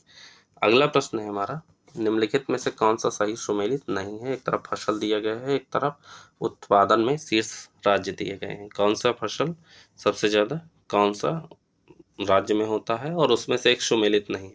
चावल पश्चिम बंगाल में, जैसा मैंने अभी बताया, सही है। सोयाबीन मध्य प्रदेश में, सही है। कपास महाराष्ट्र में जो है नहीं, बल्कि गुजरात में। कहाँ? गुजरात में। कपास जो है गुजरात जो है इसका शीर्ष उत्पादन होता है गुजरात में। महाराष्ट्र में सबसे अधिक उत्पादन किसका होता है? तो महाराष्ट्र में सबसे उत्पादन अधिक होता है ज्वार का। किसका? ज्वार का। ठीक है। महाराष्ट्र की मिट्टी का पीएच ज्वार उत्पादन के लिए उपयुक्त है। ठीक है। और बाजरा राजस्थान में, जानते ही हैं। ऑप्शन हमारा डी भी सही है, ऑप्शन सी हमारा सही नहीं है। आगे बढ़ते हैं अगले प्रश्न की तरफ। अगला प्रश्न है सही सुमेलित नहीं है। ठीक है। एक तरफ राज्य है, एक तरफ प्रमुख दर्रे दिए गए हैं। कौन से राज्य में कौन से दर्रे पाए जाते हैं? ठीक है। तो हिमाचल प्रदेश में बारालाचाला, जानते ही हैं, सही है। मणिपुर में तुजु दर्रा, ये भी सही है। केरल में सेनकोटा दर्रा, ये भी सही है। सिक्किम में जो है जो दर्रा है वो यांगपाक दर्रा नहीं है। सिक्किम में नहीं, यांगपाक दर्रा ये स्थित है हमारा अरुणाचल प्रदेश में। कहाँ है ये? अरुणाचल प्रदेश में है, ये अरुणाचल में है।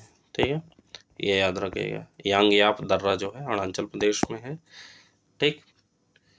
यह दर्रा भारत और तिब्बत की सीमा पर स्थित है। सिक्किम में जो दर्रा है वो नाथुला और जेलेपला है। ठीक है, याद रखिएगा।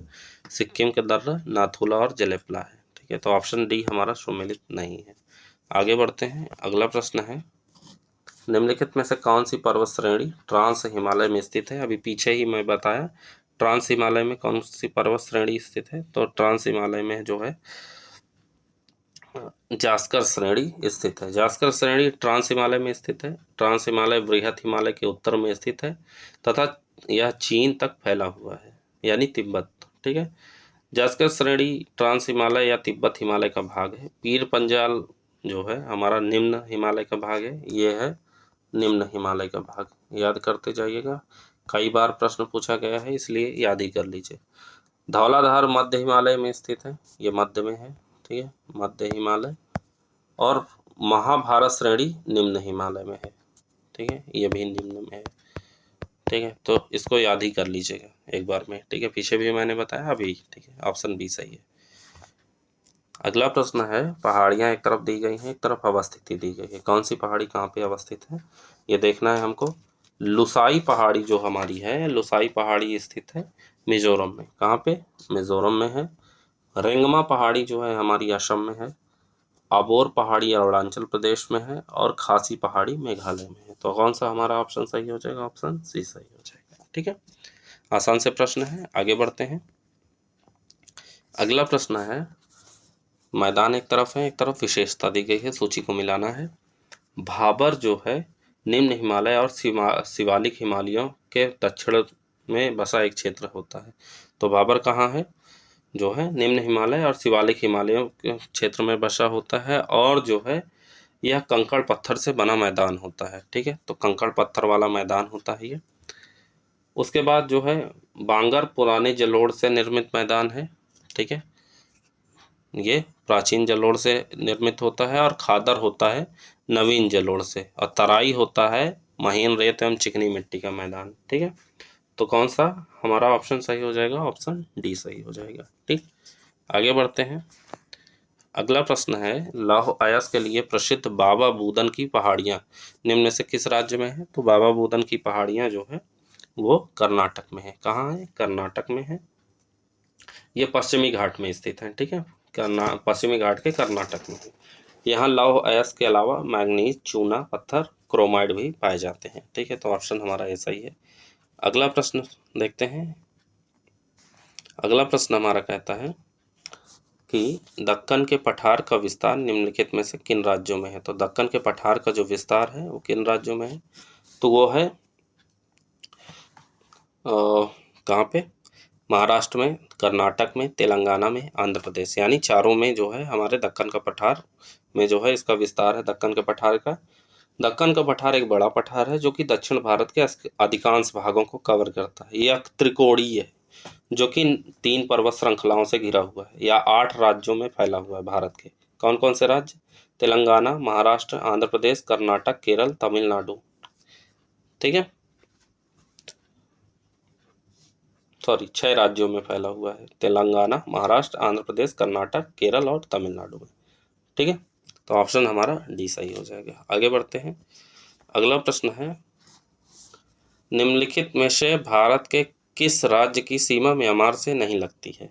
ठीक है, भारत के किस राज्य की सीमा जो है वो म्यांमार से नहीं लगती। अभी पीछे ही मैंने बता दिया है कि किसकी सीमा किससे मिलती है। तो त्रिपुरा की जो सीमा है वो म्यांमार से नहीं लगती, बल्कि अरुणाचल प्रदेश, मणिपुर और मिजोरम की सीमा म्यांमार से लगती है।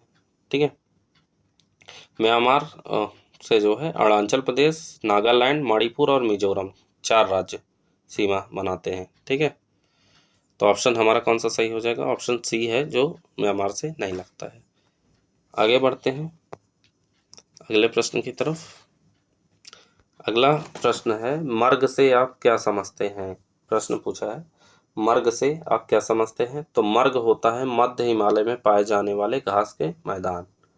ठीक है, मर्ग जो है जम्मू और कश्मीर में लघु हिमालय श्रृंखला की ढलानों पर छोटे घास के मैदान को कहा जाता है। लघु हिमालय के ढालों में छोटे छोटे घास के मैदान, जिन्हें कश्मीर में गुलमर्ग यानी फूलों का मैदान, सोनमर्ग आदि के नाम से जाना जाता है। तो हमारा ऑप्शन सी सही हो जाएगा। अगला प्रश्न है, गाडविन ऑस्टिन यानी केटू कहाँ अवस्थित है? तो गाडविन ऑस्टिन हमारा अवस्थित है लद्दाख में। ठीक है, केटू या गाडविन ऑस्टिन लद्दाख में अवस्थित है। इसकी ऊंचाई है 8,611 मीटर। कितना? 8,611 मीटर। ठीक, यह एवरेस्ट के बाद दूसरी सबसे ऊंची चोटी है। केटू को गाडविन ऑस्टिन भी कहा जाता है। यह काराकोरम श्रेणी में स्थित है। ऑप्शन हमारा बी सही हो जाएगा। आगे बढ़ते हैं। एक तरफ राज्य दिया गया है, एक तरफ जो है सबसे ऊंची पर्वत चोटी दी गई है। कौन से राज्य में कौन सी सबसे ऊंची पर्वत चोटी पाई जाती है? तो महाराष्ट्र में जो है कलसुबाई, महाराष्ट्र में कौन सी है? कलसुबाई। ऊंचाई कितनी है? 1646 मीटर। उड़ीसा में महेंद्रगिरी है, जिसकी ऊंचाई है 1501 मीटर। झारखंड में है पारसनाथ। कौन सा? पारसनाथ है, इसकी ऊंचाई है 1365 मीटर। और गुजरात में गिरनार है, जिसकी ऊंचाई है 1031 मीटर। तो हमारा कौन सा ऑप्शन सही हो जाएगा? ऑप्शन डी सही हो जाएगा। ठीक है, आगे बढ़ते हैं।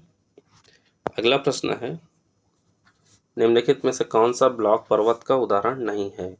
ब्लॉक पर्वत का उदाहरण कौन सा नहीं है? तो इसमें जो है अरावली जो होता है वो ब्लॉक पर्वत का उदाहरण नहीं है।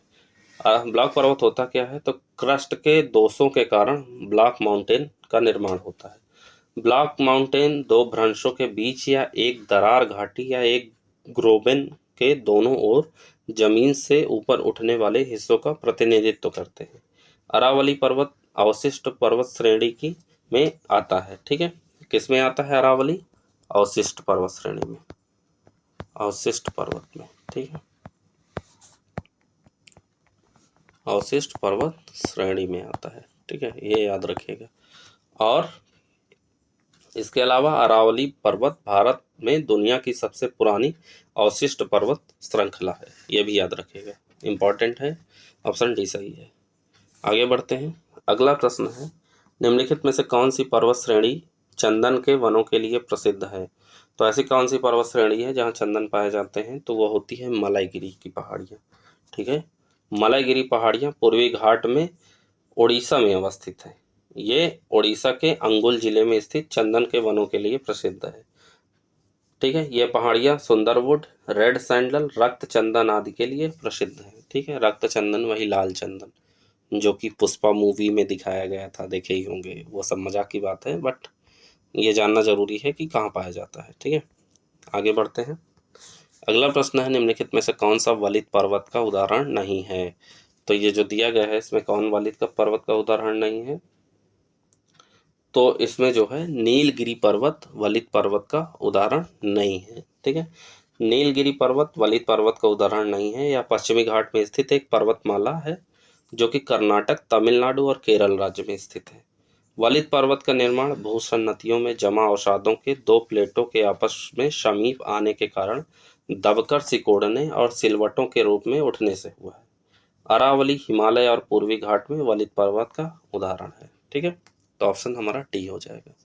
आगे बढ़ते हैं। अगला प्रश्न, हिमालय का प्रादेशिक विभाजन और सीमा निर्धारित करने वाली नदियाँ कौन सी हैं? ठीक है, तो हिमालय का जो प्रादेशिक विभाजन हुआ है उसको सीमा निर्धारित करने वाली जो नदियाँ हैं वो कौन सी हैं? तो देखते हैं, पंजाब हिमालय सिंधु व सतलज नदी के मध्य स्थित है। किसके मध्य? सिंधु व सतलज नदी के मध्य स्थित है। कुमायूं हिमालय जो कि उत्तराखंड में स्थित है, सतलज व काली नदियों के मध्य है। ठीक है, सतलज व काली नदी के मध्य स्थित है। असम हिमालय जो है तीस्ता एवं दिहांग नदी के मध्य स्थित है। ठीक है, दिहांग ब्रह्मपुत्र की सहायक नदी है। और नेपाल हिमालय जो है वो काली एवं तीस्ता नदी के मध्य स्थित है। ठीक है, तो हमारा कौन सा ऑप्शन सही हो जाएगा? ऑप्शन बी सही हो जाएगा। ठीक, आगे बढ़ते हैं, अगला प्रश्न देखते हैं। अगला प्रश्न है, पुडुचेरी केंद्र शासित प्रदेश के अंतर्गत कौन सा क्षेत्र सम्मिलित नहीं है? आप पुडुचेरी देखेंगे तो उसमें कौन सा क्षेत्र सम्मिलित नहीं है? तो पुडुचेरी के जो है अंतर्गत कडलूर, कडलूर सम्मिलित नहीं। कडलूर जो है एक गांव है जो कि कर्नाटक के रायचूर जिले में है। ठीक है, ये कर्नाटक के रायचूर जिले में है, ये एक गांव है। ठीक है, कर्नाटक में है ये। ठीक है, पुडुचेरी भारत का एक केंद्र शासित प्रदेश है जो कि एक फ्रांसीसी उपनिवेश था। इसमें 4 पृथक जिलों का समावेश है।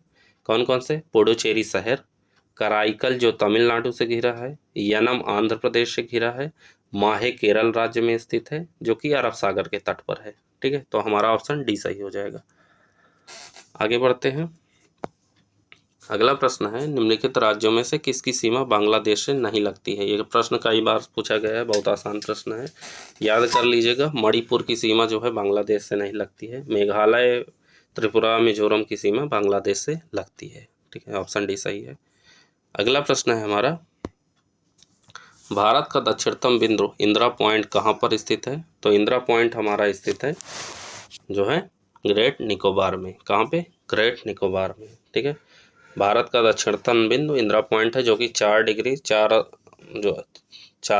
4 अंश उत्तरी अक्षांश पर निकोबार द्वीप समूह के ग्रेट निकोबार द्वीप के दक्षिणी तट पर स्थित है। भारतीय मुख्य भूमि का दक्षिणतम बिंदु अगर पूछा जाए तो वो कन्याकुमारी है। ठीक है, तो ऑप्शन हमारा इसमें सी सही हो जाएगा। आगे बढ़ते हैं, अगला प्रश्न है, निम्नलिखित में से किस राज्य से होकर कर्क रेखा गुजरती है? तो ऐसे कौन से राज्य हैं जिनसे कर्क रेखा गुजरती है? तो ये सारे राज्य जो दिए गए हैं, राजस्थान, झारखंड, त्रिपुरा, मिजोरम, इनसे कर्क रेखा गुजरती है। ऑप्शन डी हो जाएगा। देखिए, कर्क रेखा 8 भारतीय राज्यों से होकर गुजरती है, मिजोरम, त्रिपुरा, पश्चिम बंगाल, राजस्थान, गुजरात, मध्य प्रदेश, छत्तीसगढ़ और झारखंड से। यह प्रश्न कई बार पूछा गया है। एक बार कर्क रेखा को आप ये देख लीजिएगा कि इनसे कौन कौन सी नदियां होके बहती हैं। ठीक है, अगर कोई पहाड़, पठार, पर्वत, झील है जो कर्क रेखा के आसपास स्थित है तो वो जरूर देख लीजिएगा। इससे क्या हो जाएगा, हमारा जो प्रश्न गलत होता था वो सही होने लगेगा। ठीक है, तो ऑप्शन हमारा डी सही है। मैपिंग पढ़ते समय, जैसे आज मैंने मैप पढ़ाया, ये हमारा जो वीडियो है भारतीय भूगोल का, और इसका पिछला जो जो रहा है वर्ल्ड ज्योग्राफी का, जब ये दोनों वीडियो आप देखिएगा तो मैप ज़रूर अपने साथ रखिएगा। एक काम करिएगा, मैप को खोल के जैसे जैसे मैं प्रश्न बताते जा रहा हूँ आप मैप में टिक लगाते जाइए। इससे क्या होगा, या हाइलाइटर ले लीजिए, हाईलाइट करते जाइए, जिससे आपको मैपिंग याद भी होते चले। ठीक है, तो अगला प्रश्न देखते हैं। अगला प्रश्न है, शून्य सीमा रेखा या जीरो लाइन निम्नलिखित में से किसे कहते हैं? तो शून्य सीमा रेखा जो है कहते हैं त्रिपुरा और बांग्लादेश की जो सीमा बनाती है उसको शून्य सीमा रेखा या जीरो लाइन कहते हैं। ठीक है, ऑप्शन सी सही है। आगे बढ़ते हैं, अगला प्रश्न है, ग्रेट चैनल या ग्रैंड चैनल, ग्रेट चैनल या ग्रैंड चैनल निम्नलिखित में से किन 2 भू भागों को अलग करता है? तो ये अलग करता है ग्रेट निकोबार और सुमात्रा को। ठीक है, ग्रेट चैनल या great grand channel great Nicobar द्वीप जो कि भारत में है और सुमात्रा द्वीप जो कि इंडोनेशिया में है, उसको दोनों को अलग करता है। तो ऑप्शन बी सही हो जाएगा। अगला प्रश्न है हमारा, 9 डिग्री चैनल निम्नलिखित में से किन द्वीपों को अलग करता है? तो 9 डिग्री चैनल अलग करता है मिनिकॉय द्वीप को मुख्य लक्षद्वीप समूह से। ठीक है, ऑप्शन बी सही हो जाएगा। किससे? 9 डिग्री चैनल मिनिकॉय द्वीप को मुख्य लक्षद्वीप समूह से अलग करता है। अंडमान निकोबार को 10 डिग्री चैनल अलग करता है। मिनिकॉय और मालदीव द्वीपों को 8 डिग्री चैनल अलग करता है। ठीक है, तो ऑप्शन हमारा बी सही हो जाएगा।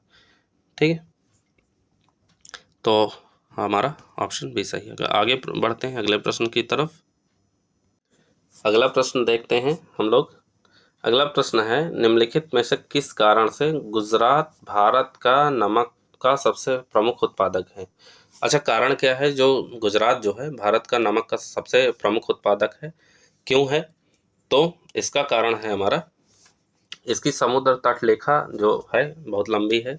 इसके अलावा गर्म और शुष्क परिस्थितियों की अवधि इसकी लंबी है, और खाड़ी क्षेत्रों की इसकी उपस्थिति है। यानी तीनों ऐसी दशाएं हैं जिसके कारण जो है यहाँ नमक जो है सबसे ज़्यादा होता है। ठीक है, तो ऑप्शन हमारा डी सही है। आगे बढ़ते हैं। अगला प्रश्न है, भारतमाला योजना, ये इंपॉर्टेंट क्वेश्चन है, याद कर लीजिएगा, ध्यान से देख लीजिएगा। भारतमाला योजना निम्नलिखित में से किससे संबंधित है? तो भारतमाला योजना संबंधित है सड़क संपर्क में सुधार करने से। ठीक है, यह योजना सड़क और परिवहन राजमार्ग मंत्रालय के अधीन आती है। इसकी स्थापना 31 जुलाई 2015 को की गई। कब की गई? 31 जुलाई 2015। ठीक है, याद रखिएगा, 31 जुलाई 2015 को की गई। तो ऑप्शन हमारा डी सही है। आगे बढ़ते हैं। हमारा अगला प्रश्न है, मृदा अपरदन को रोकने के लिए निम्नलिखित में से किस विधि का उपयोग किया जाता है? ठीक है, तो जो मिट्टी की कटाई होती है उसको रोकने के लिए कौन सी विधि प्रयोग की जाती है? तो उसमें जो है समोच्च रेखा के साथ जुताई की जाती है। ठीक है, इसके अलावा जो है पट्टी फसल यानी स्ट्रिप क्रॉपिंग की जाती है। झूमिंग और मिश्रित खेती का इसका कोई संबंध नहीं है। ठीक है, तो हमारा जो है ऑप्शन ए सही हो जाएगा। ठीक है, आगे बढ़ते हैं अगले प्रश्न की तरफ। अगला प्रश्न है हमारा, निम्नलिखित में से किसे स्वर्णिम चतुर्भुज के रूप में जाना जाता है? तो स्वर्णिम चतुर्भुज के रूप में जाना जाता है राष्ट्रीय राजमार्ग परियोजना को। ठीक है, स्वर्णिम चतुर्भुज एक राष्ट्रीय राजमार्ग परियोजना है जो कि कई औद्योगिक, सांस्कृतिक और कृषि संबंधी नगरों को जोड़ती है। इसकी शुरुआत जनवरी 2012 में की गई थी। इसकी कुल लंबाई 5846 मीटर है। ठीक है, तो ये दोनों फैक्ट याद रखने हैं, शुरुआत 2012 में और इसकी लंबाई 5800। हाँ, तो इसकी लंबाई कितनी मैंने बताया? तो इसकी लंबाई जो है 5846 किलोमीटर। ठीक है, ये स्वर्णिम चतुर्भुज जो है योजना राष्ट्रीय राजमार्ग से संबंधित है। ठीक है, आगे बढ़ते हैं। अगला प्रश्न देखते हैं। हमारा अगला प्रश्न है, पूषा सिंधु गंगा निम्नलिखित में से किस फसल की एक किस्म है? तो पूषा सिंधु गंगा जो है गेहूं की एक किस्म है। किसकी? गेहूं की किस्म है। ठीक है, ये याद रखिएगा। अगला प्रश्न है, भारत के कुल भौगोलिक क्षेत्र का कितना प्रतिशत मैंग्रोव आवरण के अंतर्गत आता है? मैंग्रोव जो वन होते हैं उनमें कितना प्रतिशत मैंग्रोव वनों का है? तो ये कवर है 0.15%। कितना? 0.15% कवर मैंग्रोव के अंतर्गत आता है। भारत में कुल मैंग्रोव वन का क्षेत्रफल लगभग 4975 वर्ग किलोमीटर है। ठीक है, कितना? 4975 वर्ग किलोमीटर, 4975 वर्ग किलोमीटर, स्क्वायर किलोमीटर। ठीक है, ऑप्शन हमारा ए सही है। आगे बढ़ते हैं। अगला प्रश्न है, बुंदेलखंड के पठार के संबंध में निम्नलिखित कथनों पर विचार कीजिए, कौन सा कथन सत्य है? ठीक है, पहला कथन है हमारा, यहाँ पुरानी स्थलाकृति पाई जाती है। बिल्कुल सही है। बुंदेलखंड क्षेत्र का सबसे बड़ा शहर झांसी है। यह भी सही है। यह उत्तर प्रदेश और मध्य प्रदेश राज्य का एक हिस्सा है। यह भी सही है। तीनों ऑप्शन सही है, ऑप्शन डी हो जाएगा। ठीक है, आगे बढ़ते हैं अगले प्रश्न की तरफ। अगला प्रश्न है हमारा, निम्नलिखित हिल स्टेशनों को पश्चिम से पूर्व की ओर व्यवस्थित करें। हिल स्टेशन जो दिए गए हैं उनको पश्चिम से पूर्व देखना है। आप कभी ना कभी इन हिल स्टेशनों पे गए होंगे, नहीं गए हैं तो ज़रूर जाइए घूमने, बहुत अच्छे जगह हैं। देखिए, कुल्लू जो है हमारा हिमाचल प्रदेश में है। ठीक है, कहाँ है? कुल्लू हिमाचल प्रदेश में है। रानीखेत उत्तराखंड में है। ठीक है, दार्जिलिंग पश्चिम बंगाल में और शिलांग मेघालय में है। तो कौन सा ऑप्शन हमारा हो जाएगा? ऑप्शन हो जाएगा सी। पहले कुल्लू पड़ेगा हिमाचल प्रदेश में, उसके बाद पड़ेगा हमारा इधर की तरफ रानीखेत जो कि उत्तराखंड में, फिर पड़ेगा दार्जिलिंग जो कि कहाँ है? पश्चिम बंगाल में पड़ेगा।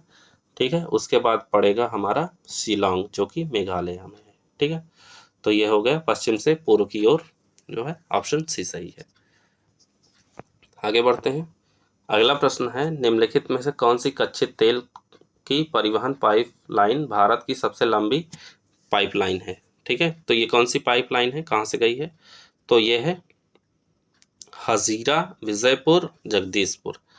हजीरा विजयपुर और जगदीशपुर जो है कच्चे तेल की परिवहन पाइपलाइन भारत की सबसे लंबी पाइपलाइन है। इसकी कुल लंबाई 1750 किलोमीटर है। कितना, 1750 किलोमीटर, ठीक है। यह भारतीय गैस प्राधिकरण द्वारा स्थापित किया गया था। यह कवास गुजरात को अंतः यानी राजस्थान विजयपुर मध्य प्रदेश के रास्ते जगदीशपुर उत्तर प्रदेश को जोड़ता है। तो ऑप्शन हमारा सी सही है। आगे बढ़ते हैं। अगला प्रश्न है, निम्नलिखित कथनों पर विचार करें, कौन सा कथन सत्य है। पहला कथन दिया गया है केरल में जो है पूर्व की ओर प्रवाहित होने वाली नदियां नहीं हैं। ऐसा बिल्कुल नहीं है, गलत है, ठीक है। केरल में पूर्व की ओर प्रवाहित होने वाली नदियां पाम्बार, भवानी, कबानी, ये तीनों हैं, ठीक है। मध्य प्रदेश में पश्चिम की ओर बहने वाली नदियां नर्मदी, ताप्ता और नमाही हैं, ये सही है, ठीक है। तो ऑप्शन हमारा कौन सा सही हो जाएगा, ऑप्शन बी सही हो जाएगा, ठीक। आगे बढ़ते हैं अगले प्रश्न की तरफ। अगला प्रश्न है हमारा, कथन और कारण दिए गए हैं। कथन और कारण कहता है, कथन हमारा कि जो है भारत, दक्षिण भारत में पश्चिमी घाट की नदियां एस्चुरी का निर्माण करती हैं। बिल्कुल सही है, एस्चुरी का निर्माण करती हैं दक्षिण भारत में पश्चिमी घाट की नदियां। दूसरा है, दक्षिण भारत में पूर्व की ओर बहने वाली नदियों की तुलना में पश्चिम की ओर बहने वाली नदियों की लंबाई कम होती है, ये भी सही है और ये इसकी व्याख्या भी कर रहा है। तो ऑप्शन ए हमारा सही हो जाएगा, ठीक है। पूर्व की ओर बहने वाली नदियां समुद्र से मिलने से पहले लंबी दूरी तय करती है, अतः ये कई शाखाओं में बढ़ जाती है, जहां तलछट, गाद आदि का जमाव करती हैं, अतः डेल्टा का निर्माण होता है। पश्चिमी घाट से निकलने वाली नदियां पश्चिम की ओर बहती हैं, इन्हें समुद्र में मिलने से पहले कम दूरी तय करनी पड़ती है। दूरी कम होने के कारण इनकी गति तेज होती है, अतः ये ज्वार नदमुख या एस्चुरी बनाती हैं, ठीक है। तो ऑप्शन हमारा ए सही हो जाएगा। आगे बढ़ते हैं। अगला प्रश्न है, घास खास खास घास का उत्पादन राजस्थान में होता है, ठीक है, बिल्कुल सही है। खास घास जो है राजस्थान में होती है। अगला है, खास जो घास है उसका उपयोग सौंदर्य प्रसाधन, aroma therapy, herbal skin care उत्पाद बनाने में किया जाता है, यह भी सही है, ठीक है।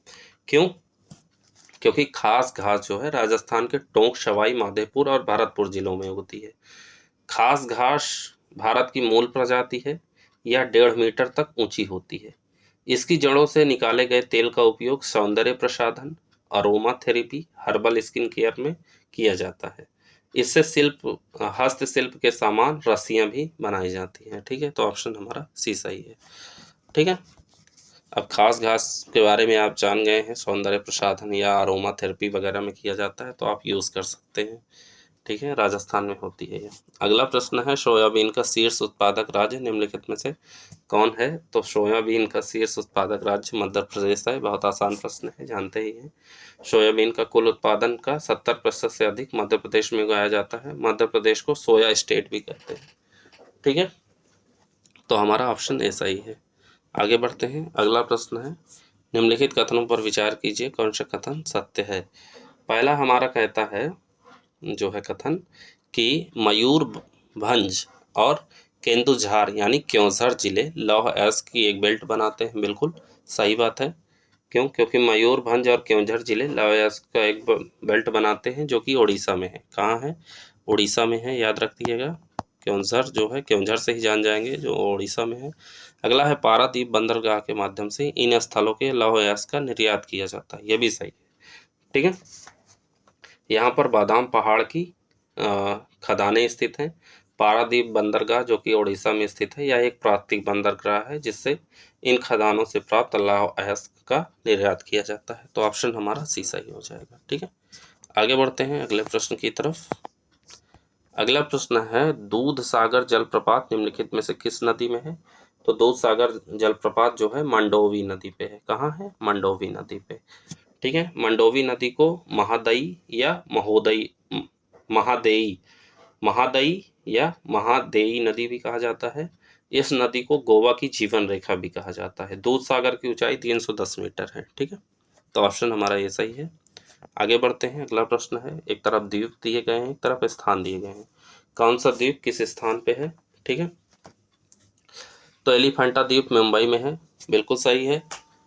एलिफेंटा द्वीप मुंबई में है, सही है। सेंट मैरी द्वीप कर्नाटक में है, सही है। धर्मदम द्वीप केरला में है, ये भी सही है। पीरम द्वीप गुजरात में है, ये भी सही है। मतलब चारों सही है, ऑप्शन डी हो जाएगा। ठीक है, आगे बढ़ते हैं अगले प्रश्न की तरफ। अगला प्रश्न जो है सुमेलित करना है बायोस्फीयर रिजर्व और वर्ष दिया गया है। ठीक, तो कौन सा बायोस्फीयर रिजर्व कौन से वर्ष में जो है स्थापित किया गया? तो ग्रेट निकोबार बायोस्फीयर रिजर्व 1989। कब? 1989।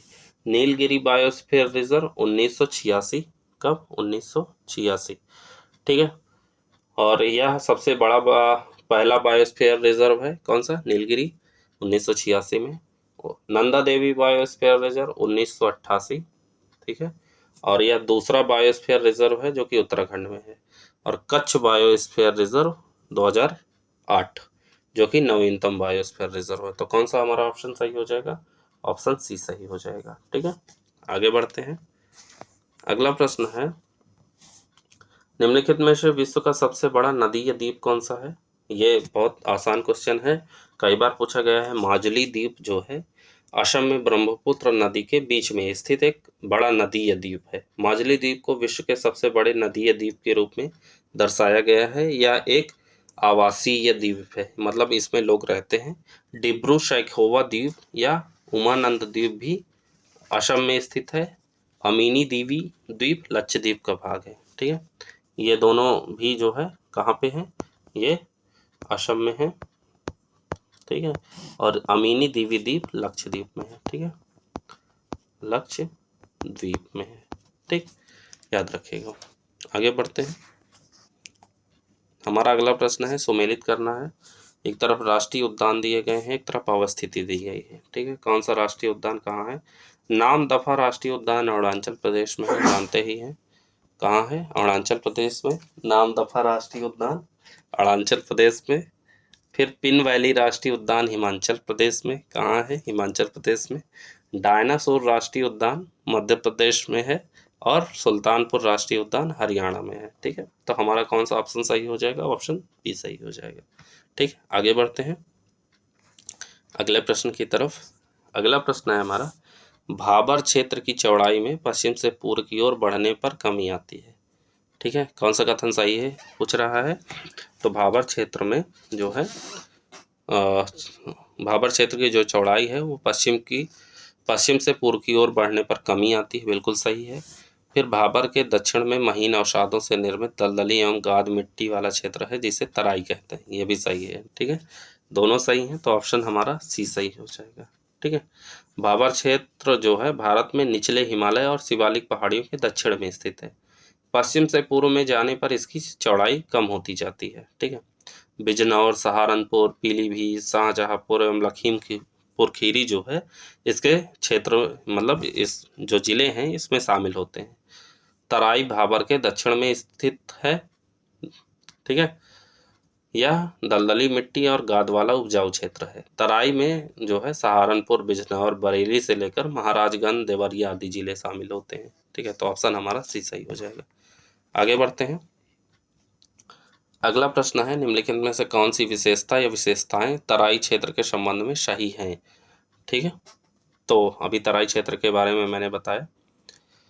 तराई क्षेत्र क्या होता है? इस क्षेत्र में गन्ना, गेहूं, जूट आदि फसलों की अधिक पैदावार होती है, बिल्कुल सही है। घने जंगल और लंबे हाथी घास से ढका होता है, यह भी सही है।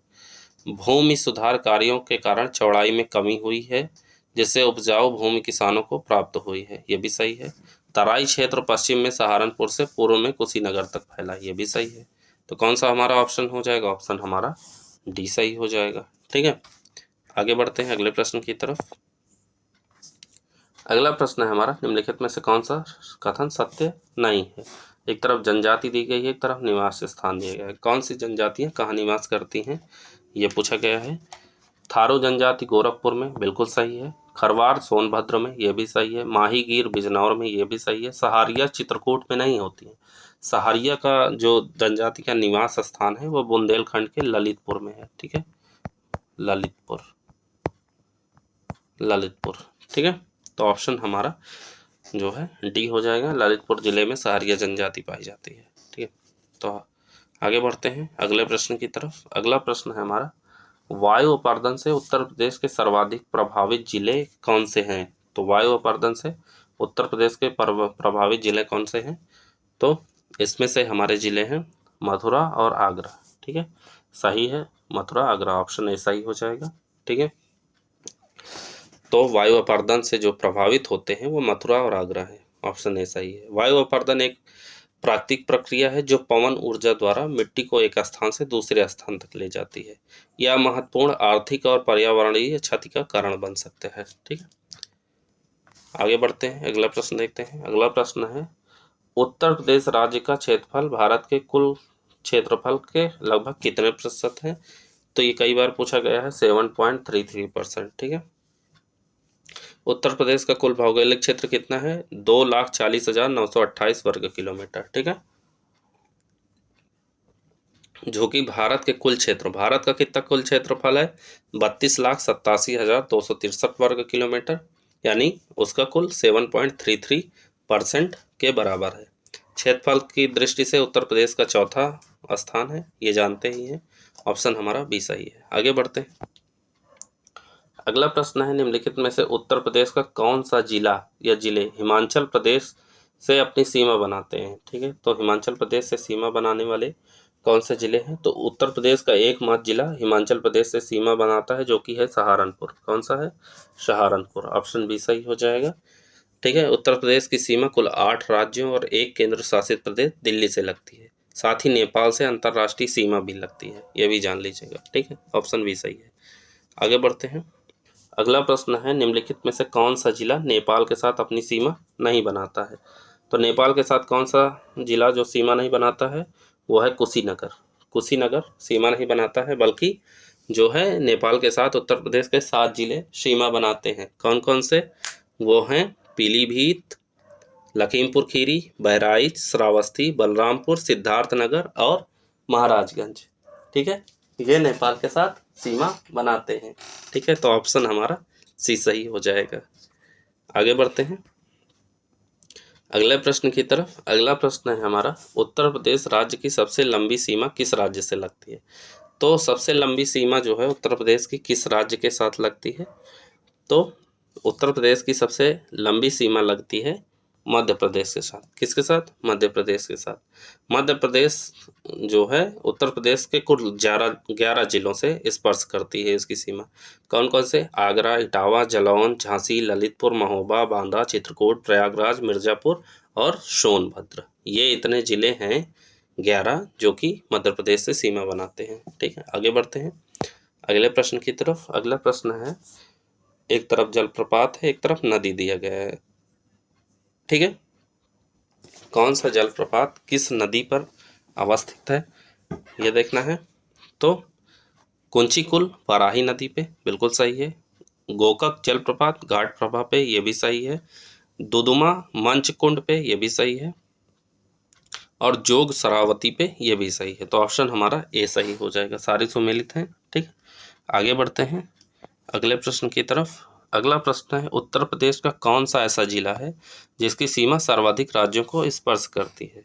ठीक है, तो उत्तर प्रदेश का एक ऐसा जिला है जो सर्वाधिक जिलों को स्पर्श करता है, वो है सोनभद्र।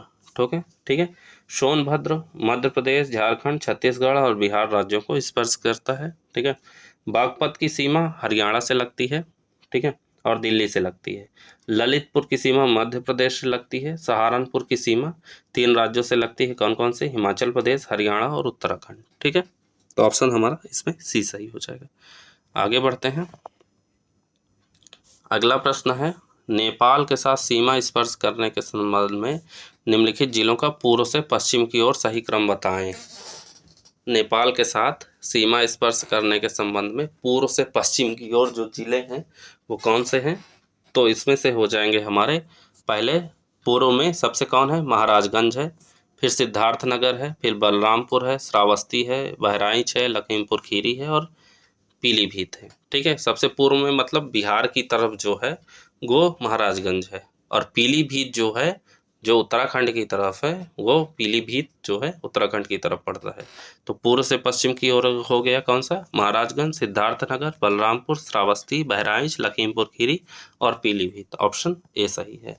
ठीक है, आगे बढ़ते हैं अगले प्रश्न की तरफ। अगला प्रश्न है, उत्तर प्रदेश का कौन सा जिला मध्य प्रदेश से 3 तरफ से घिरा है। तो उत्तर प्रदेश का ऐसा कौन सा जिला है जो मध्य प्रदेश के 3 तरफ से घिरा हुआ है। तो उत्तर प्रदेश का वो जिला है जो मध्य प्रदेश के 3 तरफ से घिरा है, वो है ललितपुर। ललितपुर को आप देखेंगे वो कि 3 तरफ से घिरा हुआ है। ठीक है, मध्य प्रदेश से उत्तर प्रदेश के 11 जिलों की सीमा लगती है, अभी मैंने बताया। ललितपुर मध्य प्रदेश से 3 तरफ से घिरा है। ललितपुर की सीमा उत्तर प्रदेश के एकमात्र जिले झांसी से लगती है। ठीक है, मध्य प्रदेश राज्य के साथ उत्तर प्रदेश की सबसे लंबी सीमा है। ठीक है, तो ऑप्शन हमारा डी सही हो जाएगा। आगे बढ़ते हैं, अगला प्रश्न है, उत्तर प्रदेश के सबसे पूर्वी एवं पश्चिमी जिले क्रमशः कौन कौन से हैं। सबसे पूर्वी और सबसे पश्चिमी जिला। तो उत्तर प्रदेश का सबसे पूर्वी जिला हमारा बलिया है, जानते ही हैं। ठीक है, और जिसकी सीमा बिहार से लगती है। और उत्तर प्रदेश का सबसे पश्चिमी जिला है शामली। ठीक है, शामली है, इसकी सीमा हरियाणा से लगती है। साथ ही यह जिला राष्ट्रीय राजधानी क्षेत्र में भी शामिल है। ठीक है, तो ऑप्शन हमारा बी सही हो जाएगा। आगे बढ़ते हैं, अगला प्रश्न है, उत्तर प्रदेश की सबसे दक्षिणी जिला कौन सा है। उत्तर प्रदेश का सबसे दक्षिणी जिला कौन सा है। तो अभी मैंने बताया उत्तर प्रदेश का सबसे दक्षिणी जिला सोनभद्र है। ठीक है, सोनभद्र उत्तर प्रदेश का एकमात्र जिला है जिसकी सीमा 4 राज्यों को स्पर्श करती है। ठीक है, ये याद रखिएगा। कौन कौन से, मध्य प्रदेश, झारखंड, छत्तीसगढ़ और बिहार, पीछे मैंने बताया था। आगे बढ़ते हैं, अगला प्रश्न है, उत्तर प्रदेश का कौन सा जिला राष्ट्रीय राजधानी क्षेत्र में शामिल नहीं है। तो कौन सा जिला है जो राष्ट्रीय राजधानी क्षेत्र में शामिल नहीं है, वो है सहारनपुर। ठीक है, तो राष्ट्रीय राजधानी क्षेत्र जो है, कौन कौन से 8 जिले शामिल किए गए हैं राष्ट्रीय राजधानी क्षेत्र में उत्तर प्रदेश के। कौन कौन से, गाजियाबाद, हापुड़, मेरठ, गौतम बुद्ध नगर, बुलंदशहर, मुजफ्फरपुर, शामली और बागपत। सहारनपुर जो है राष्ट्रीय राजधानी क्षेत्र में शामिल नहीं है। सहारनपुर उत्तर प्रदेश का सबसे उत्तरी जिला है, ये याद रखिएगा। ठीक है, आगे बढ़ते हैं, अगला प्रश्न तो पूछा ही गया है, इसको याद कर लीजिएगा। उत्तर प्रदेश को कितने कृषि प्रदेशों में बांटा गया है। तो उत्तर प्रदेश को बांटा गया है 9 कृषि प्रदेशों में।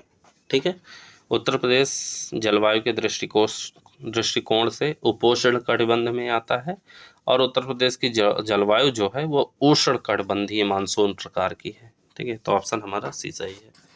आगे बढ़ते हैं, अगला प्रश्न है, पूर्वा से क्या तात्पर्य है। पूर्वा से तात्पर्य क्या है। तो पूर्वा जो है बंगाल की खाड़ी से उठने वाला मानसून है जो कि बिहार के मैदानी भाग से होता हुआ उत्तर प्रदेश में प्रवेश करता है। तो हमारा ऑप्शन सी सही है। ठीक है, आगे बढ़ते हैं, अगला प्रश्न है, निम्नलिखित कथनों पर विचार करें। और पूछा है कौन सा कथन सही है। ठीक है, तो पहला है, उत्तर प्रदेश को अधिकांश मानसूनी वर्षा दक्षिण पश्चिम मानसून बंगाल की खाड़ी से प्राप्त होती है, बिल्कुल सही है। ठीक है, दूसरा है, उत्तर प्रदेश में से सर्वाधिक वर्षा जुलाई एवं अगस्त के महीनों में होती है, ये भी सही है। ठीक है, संपूर्ण देश की तरह उत्तर प्रदेश में भी दक्षिण पश्चिम मानसून की 2 शाखाओं से बारिश होती है जो कि अरब सागर शाखा है और बंगाल की खाड़ी, किंतु सर्वाधिक जो है वर्षा होती है बंगाल की खाड़ी शाखा से। ठीक है, तो हमारा जो है ऑप्शन कौन सा सही हो जाएगा, हमारा ऑप्शन सी सही हो जाएगा, दोनों सही है। ठीक है, अगला प्रश्न है, उत्तर प्रदेश का सबसे गर्म जिला कौन सा है। कई बार पूछा गया है। ठीक है, तो उत्तर प्रदेश का सबसे गर्म जिला है बरेली। ठीक है, बरेली जो है जिला उत्तर प्रदेश में अवस्थित है। बरेली की सीमा उत्तराखंड से लगती है। यहाँ सबसे कम, अच्छा सबसे कम गर्म जिला पूछा है, तो सबसे कम गर्म जिला जो है बरेली है जो कि उत्तराखंड से लगती है। यहाँ सबसे कम गर्मी पड़ती है। आगरा और झांसी उत्तर प्रदेश के सर्वाधिक जो है गर्म जिले हैं। ठीक है, ये दोनों में गर्मी भरपूर पड़ती है। ठीक, आगे बढ़ते हैं, अगला प्रश्न है हमारा, सूची को मिलाना, एक तरफ मृदा है एक तरफ स्थानीय नाम दिए गए हैं। कौन सी मृदा, कौन से स्थानीय नाम हैं, जो मृदा है उनके स्थानीय नाम क्या है। खादर, खादर को कछारी मिट्टी, नवीन जलोढ़, सिल्ट या बलुआ कहा जाता है। ठीक है, तो खादर को क्या कहा जाता है, कछारी कहा जाता है, या नवीन जलोढ़ या सिल्ट बलुआ कहा जाता है। ठीक है, फिर ऊसर भूमि को रेह कहा जाता है, क्या कहा जाता है, रेह कहा जाता है, या बंजर या कलहर कहा जाता है। बलुई मिट्टी को भूड़ कहा जाता है। क्या कहा जाता है? भूड़ कहा जाता है। और बांगर को उपरहार कहा जाता है। ठीक है, तो ऑप्शन हमारा कौन सा सही हो जाएगा? ऑप्शन सही हो जाएगा बी। ठीक है, आगे बढ़ते हैं। अगला प्रश्न है, उत्तर प्रदेश का अवनालिका अपर्दन से प्रभावित जिला कौन सा है? तो अवनालिका अपर्दन से उत्तर प्रदेश का एक जिला प्रभावित है, वो है चंबल। ठीक है, कौन सा है? इटावा। ठीक है, जो कि चंबल नदी है अधिग्रहण क्षेत्र में अवनालिका अपर्दन सर्वाधिक है, जो उत्तर प्रदेश का सर्वाधिक प्रभाव। अभी मैंने बताया ना अवनालिका अपर्दन क्या होता है, नदियां बहती हैं, बहुत बड़े बड़े गड्ढे हो जाते हैं। चंबल नदी में अवनालिका अपर्दन के कारण ही आगरा, इटावा, जालौन जिलों में बीहड़ पाए जाते हैं। ठीक है, तो ऑप्शन हमारा कौन सा सही है? ऑप्शन ए सही है। आगे बढ़ते हैं अगले प्रश्न की तरफ। अगला प्रश्न है, निम्नलिखित में से कौन सा सही सुमेलित नहीं है? एक तरफ झील का नाम दिया गया है, एक तरफ अवस्थिति दी गई है। कौन सी झील कहाँ पे अवस्थित है? ठीक है, तो वो पूछा गया है। देखिए, मदन सागर झील जो है वो महोबा में है, बिल्कुल सही है। राजा का बांध झील जो है सुल्तानपुर में है, सही है। बरुआ सागर झांसी में है। ठीक है, लेकिन मोती झील जो है वो मथुरा में नहीं है, बल्कि कहाँ है मोती झील? कानपुर। अगर कानपुर पर कभी गए हैं तो वहाँ आप मोती झील देखिएगा, मोती झील कानपुर में है। ठीक है, तो ऑप्शन डी हमारा सुमेलित नहीं है। ठीक, आगे बढ़ते हैं। अगला प्रश्न है, निम्नलिखित में से किस द्वीप समूह को 10 डिग्री चैनल द्वारा अलग किया जाता है? तो ऐसा कौन सा द्वीप समूह है जिसको 10 डिग्री चैनल अलग करता है? वो है अंडमान और निकोबार। बहुत आसान प्रश्न है, कई बार पूछा गया है। अंडमान और निकोबार द्वीप समूह को 10 डिग्री चैनल द्वारा अलग किया जाता है। निकोबार और सुमात्रा को ग्रांड चैनल अलग करता है। मालदीव और लक्षद्वीप 8 डिग्री चैनल द्वारा पृथक होते हैं। ठीक है, तो ऑप्शन हमारा ये सही है। आगे बढ़ते हैं अगले प्रश्न की तरफ। अगला प्रश्न है, कथन और कारण दिए गए हैं। कथन हमारा कहता है, कार्बनिक खेती के अंतर्गत कृषि उत्पादन में रासायनिक उर्वरक व कीटनाशक का उपयोग नहीं किया जाता। कारण कहता है, कार्बनिक खेती के अंतर्गत मृदा की प्राकृतिक गुणवत्ता को बनाए रखना एवं सतत कृषि को कदम बढ़ाना है। ठीक है, तो हमारा कथन तो सही है, लेकिन कारण हमारा गलत है। क्यों? क्योंकि कार्बनिक खेती में रासायनिक उर्वरकों व कीटनाशकों का उपयोग नहीं किया जाता है। ठीक है, और जो है कार्बनिक खेती में फलों व सब्जियों व एवं पेड़ पौधों के अवशेषों से कंपोस्ट खाद बनाई जाती है। मिट्टी की गुणवत्ता को बनाए रखने के लिए सतत कृषि की ओर कदम बढ़ाना ही कार्बनिक खेती का उद्देश्य है। ठीक है, तो हमारा ऑप्शन सी सही हो जाएगा। ए सत्य है किंतु ए आर असत्य है, यानी कथन हमारा सही है लेकिन कारण गलत है। ठीक है, आगे बढ़ते हैं अगले प्रश्न की तरफ। अगला प्रश्न है, कथन कारण वाला दिया गया है। पूछा गया है, भारत के उत्तर पर्वतीय भाग और पश्चिमी घाट विश्व के जैव विविधता के स्थापित प्रमुख स्थानों में शामिल है। ठीक है, कारण हमारा है, भारत में विश्व की 60 से 70% जैव विविधता पाई जाती है। कथन और कारण दोनों सही हैं। क्यों? क्योंकि भारत में विश्व की 60 से 70% तक जैव विविधता पाई जाती है, और भारत में सर्वाधिक जैव विविधता हिमालयी क्षेत्र व पूर्वी एवं पश्चिमी घाट में पाई जाती है। यही कारण है कि भारत दुनिया के 10 बड़े पारिस्थितिक विविधता वाले क्षेत्रों में से एक है, और ये इसकी सही व्याख्या भी कर रहा है, तो ऑप्शन ए हमारा सही हो जाएगा। ठीक है, आगे बढ़ते हैं अगले प्रश्न की तरफ। अगला प्रश्न है हमारा, निम्नलिखित में से मिट्टी की उर्वरता में कमी के कौन से प्रत्यक्ष कारण प्रत्यक्ष रूप से उत्तरदायी हैं? तो मिट्टी में उर्वरता की कमी जो हो जाती है उसके कौन से कारण उत्तरदायी होते हैं? तो उसके हमारे उत्तरदायी होते हैं, एक तो पहले निक्षालन होता है, फिर अपर्दन भी होता है। ठीक है, दोषपूर्ण कृषि प्रबंधन भी होता है। ठीक है, और नदियों में बाढ़ भी जो आती है उसके कारण जो है हमारा ये होता है। क्यों? निक्षालन वह प्रक्रिया है जिसके द्वारा मिट्टी में विद्यमान घुलनशील पोषक तत्व पानी में घुलकर भूमि के नीचे पहुंच जाते हैं। ठीक है, उसके बाद अपर्दन मिट्टी की ऊपरी परत का अनाच्छादन अपर्दन कहलाता है, या पानी, हवा, बर्फ आदि के द्वारा होता है। इससे भी मिट्टी की उर्वरता कम होती है। दोषपूर्ण कृषि प्रबंधन भी मृदा की उर्वरता में कमी लाता है। इसके अंतर्गत फसल चक्रण ठीक से ना होना, बेमेल फसल साथ में उगाना आदि शामिल है। नदियों में बाढ़ के कारण भी मृदा अपर्दन होता है। तो हमारा कौन सा ऑप्शन सही हो जाएगा? ऑप्शन हो जाएगा हमारा डी हो जाएगा। ठीक है, चारों सही है। ठीक, आगे बढ़ते हैं। अगला प्रश्न है हमारा, यदि सूर्य अरुणाचल प्रदेश के तीरप में प्रातः 5 बजे यानी भारत मानक समय के अनुसार उदय होता है, तो भारत मानक समय के अनुसार सूर्य कांडला गुजरात में कब उदय होगा? ठीक है, तो मुझे लगता है लगभग 2 घंटे लेट होता है वहाँ पे, तो इसका ऑप्शन हो जाएगा 7 बजे। ठीक है, ठीक है, यदि सूर्य अरुणाचल प्रदेश तीरप में जो है प्रातः 5 बजे उदय होता है, तो सूर्य कांडला प्रातः लगभग 7 बजे उदय होगा कांडला में। ठीक है, क्योंकि भारत के पूर्वी और पश्चिमी छोर में लगभग 2 घंटे का अंतर है। ठीक है, तो ऑप्शन हमारा डी सही होगा। तो इसका मतलब अगर जो है यहाँ सूर्यास्त पहले हो जाएगा अरुणाचल प्रदेश में, लेकिन गुजरात में सूर्यास्त जो है 2 घंटे लेट होगा। ठीक है, अगर सुबह मान लीजिए शाम को 5 बजे सूर्यास्त होता है कहाँ पे, अरुणाचल प्रदेश में, तो 7 बजे सूर्यास्त होगा कहाँ पे, गुजरात में। ठीक, आगे बढ़ते हैं। अगला प्रश्न है, निम्नलिखित में से कौन सी पर्वत श्रृंखला गंगा के मैदान और दक्कन के पठार के बीच एक विभाजक रेखा बनाती है? तो ये बनाती है विंध्य और सतपुड़ा पर्वत श्रृंखला। ठीक है, विंध्य या विंध्याचल पर्वत श्रृंखला पश्चिम और मध्य भारत के पर्वत श्रृंखलाओं में की एक श्रृंखला है। ठीक है, यह नर्मदा नदी के उत्तर में स्थित है। यह पश्चिम में गुजरात से लेकर पूर्व में छत्तीसगढ़ तक फैली है। सतपुड़ा रेंज दक्षिण में विंध्य रेंज के लगभग समानांतर चलती है। विंध्य और सतपुड़ा दोनों भारतीय उपमहाद्वीप को उत्तर भारत के गंगा के मैदान और दक्षिण में दक्कन के पठार के विभाजक रेखा बनाती है। तो ऑप्शन हमारा बी सही हो जाएगा। आगे बढ़ते हैं, अगला प्रश्न देखते हैं। हमारा अगला प्रश्न जो है कथन कारण है। कथन हमारा कहता है कि भारत में तमिलनाडु मत्स्य पालन में प्रथम है। बिल्कुल सही है, तमिलनाडु जो है मत्स्य पालन में अग्रणी राज्य है। दूसरा है, कारण कहता है तमिलनाडु के तट में मत्स्य उत्पाद से संबंधित उद्योग सर्वाधिक है। कारण भी सही है। ठीक है, दूसरे स्थान पर गुजरात व तीसरे पर केरल आता है मत्स्य पालन में। मत्स्य पालन उत्पाद से संबंधित उद्योग तमिलनाडु के तट पर सर्वाधिक संख्या में उपस्थित नहीं है। ठीक है, तो सर्वाधिक संख्या में उपस्थित नहीं है, तो इसका मतलब हमारा कौन सा ऑप्शन सही हो जाएगा? ऑप्शन बी हो जाएगा। ए और दोनों सही हैं, लेकिन जो है सही व्याख्या नहीं कर रहा है। ठीक है, कारण कथन की सही व्याख्या नहीं कर रहा है।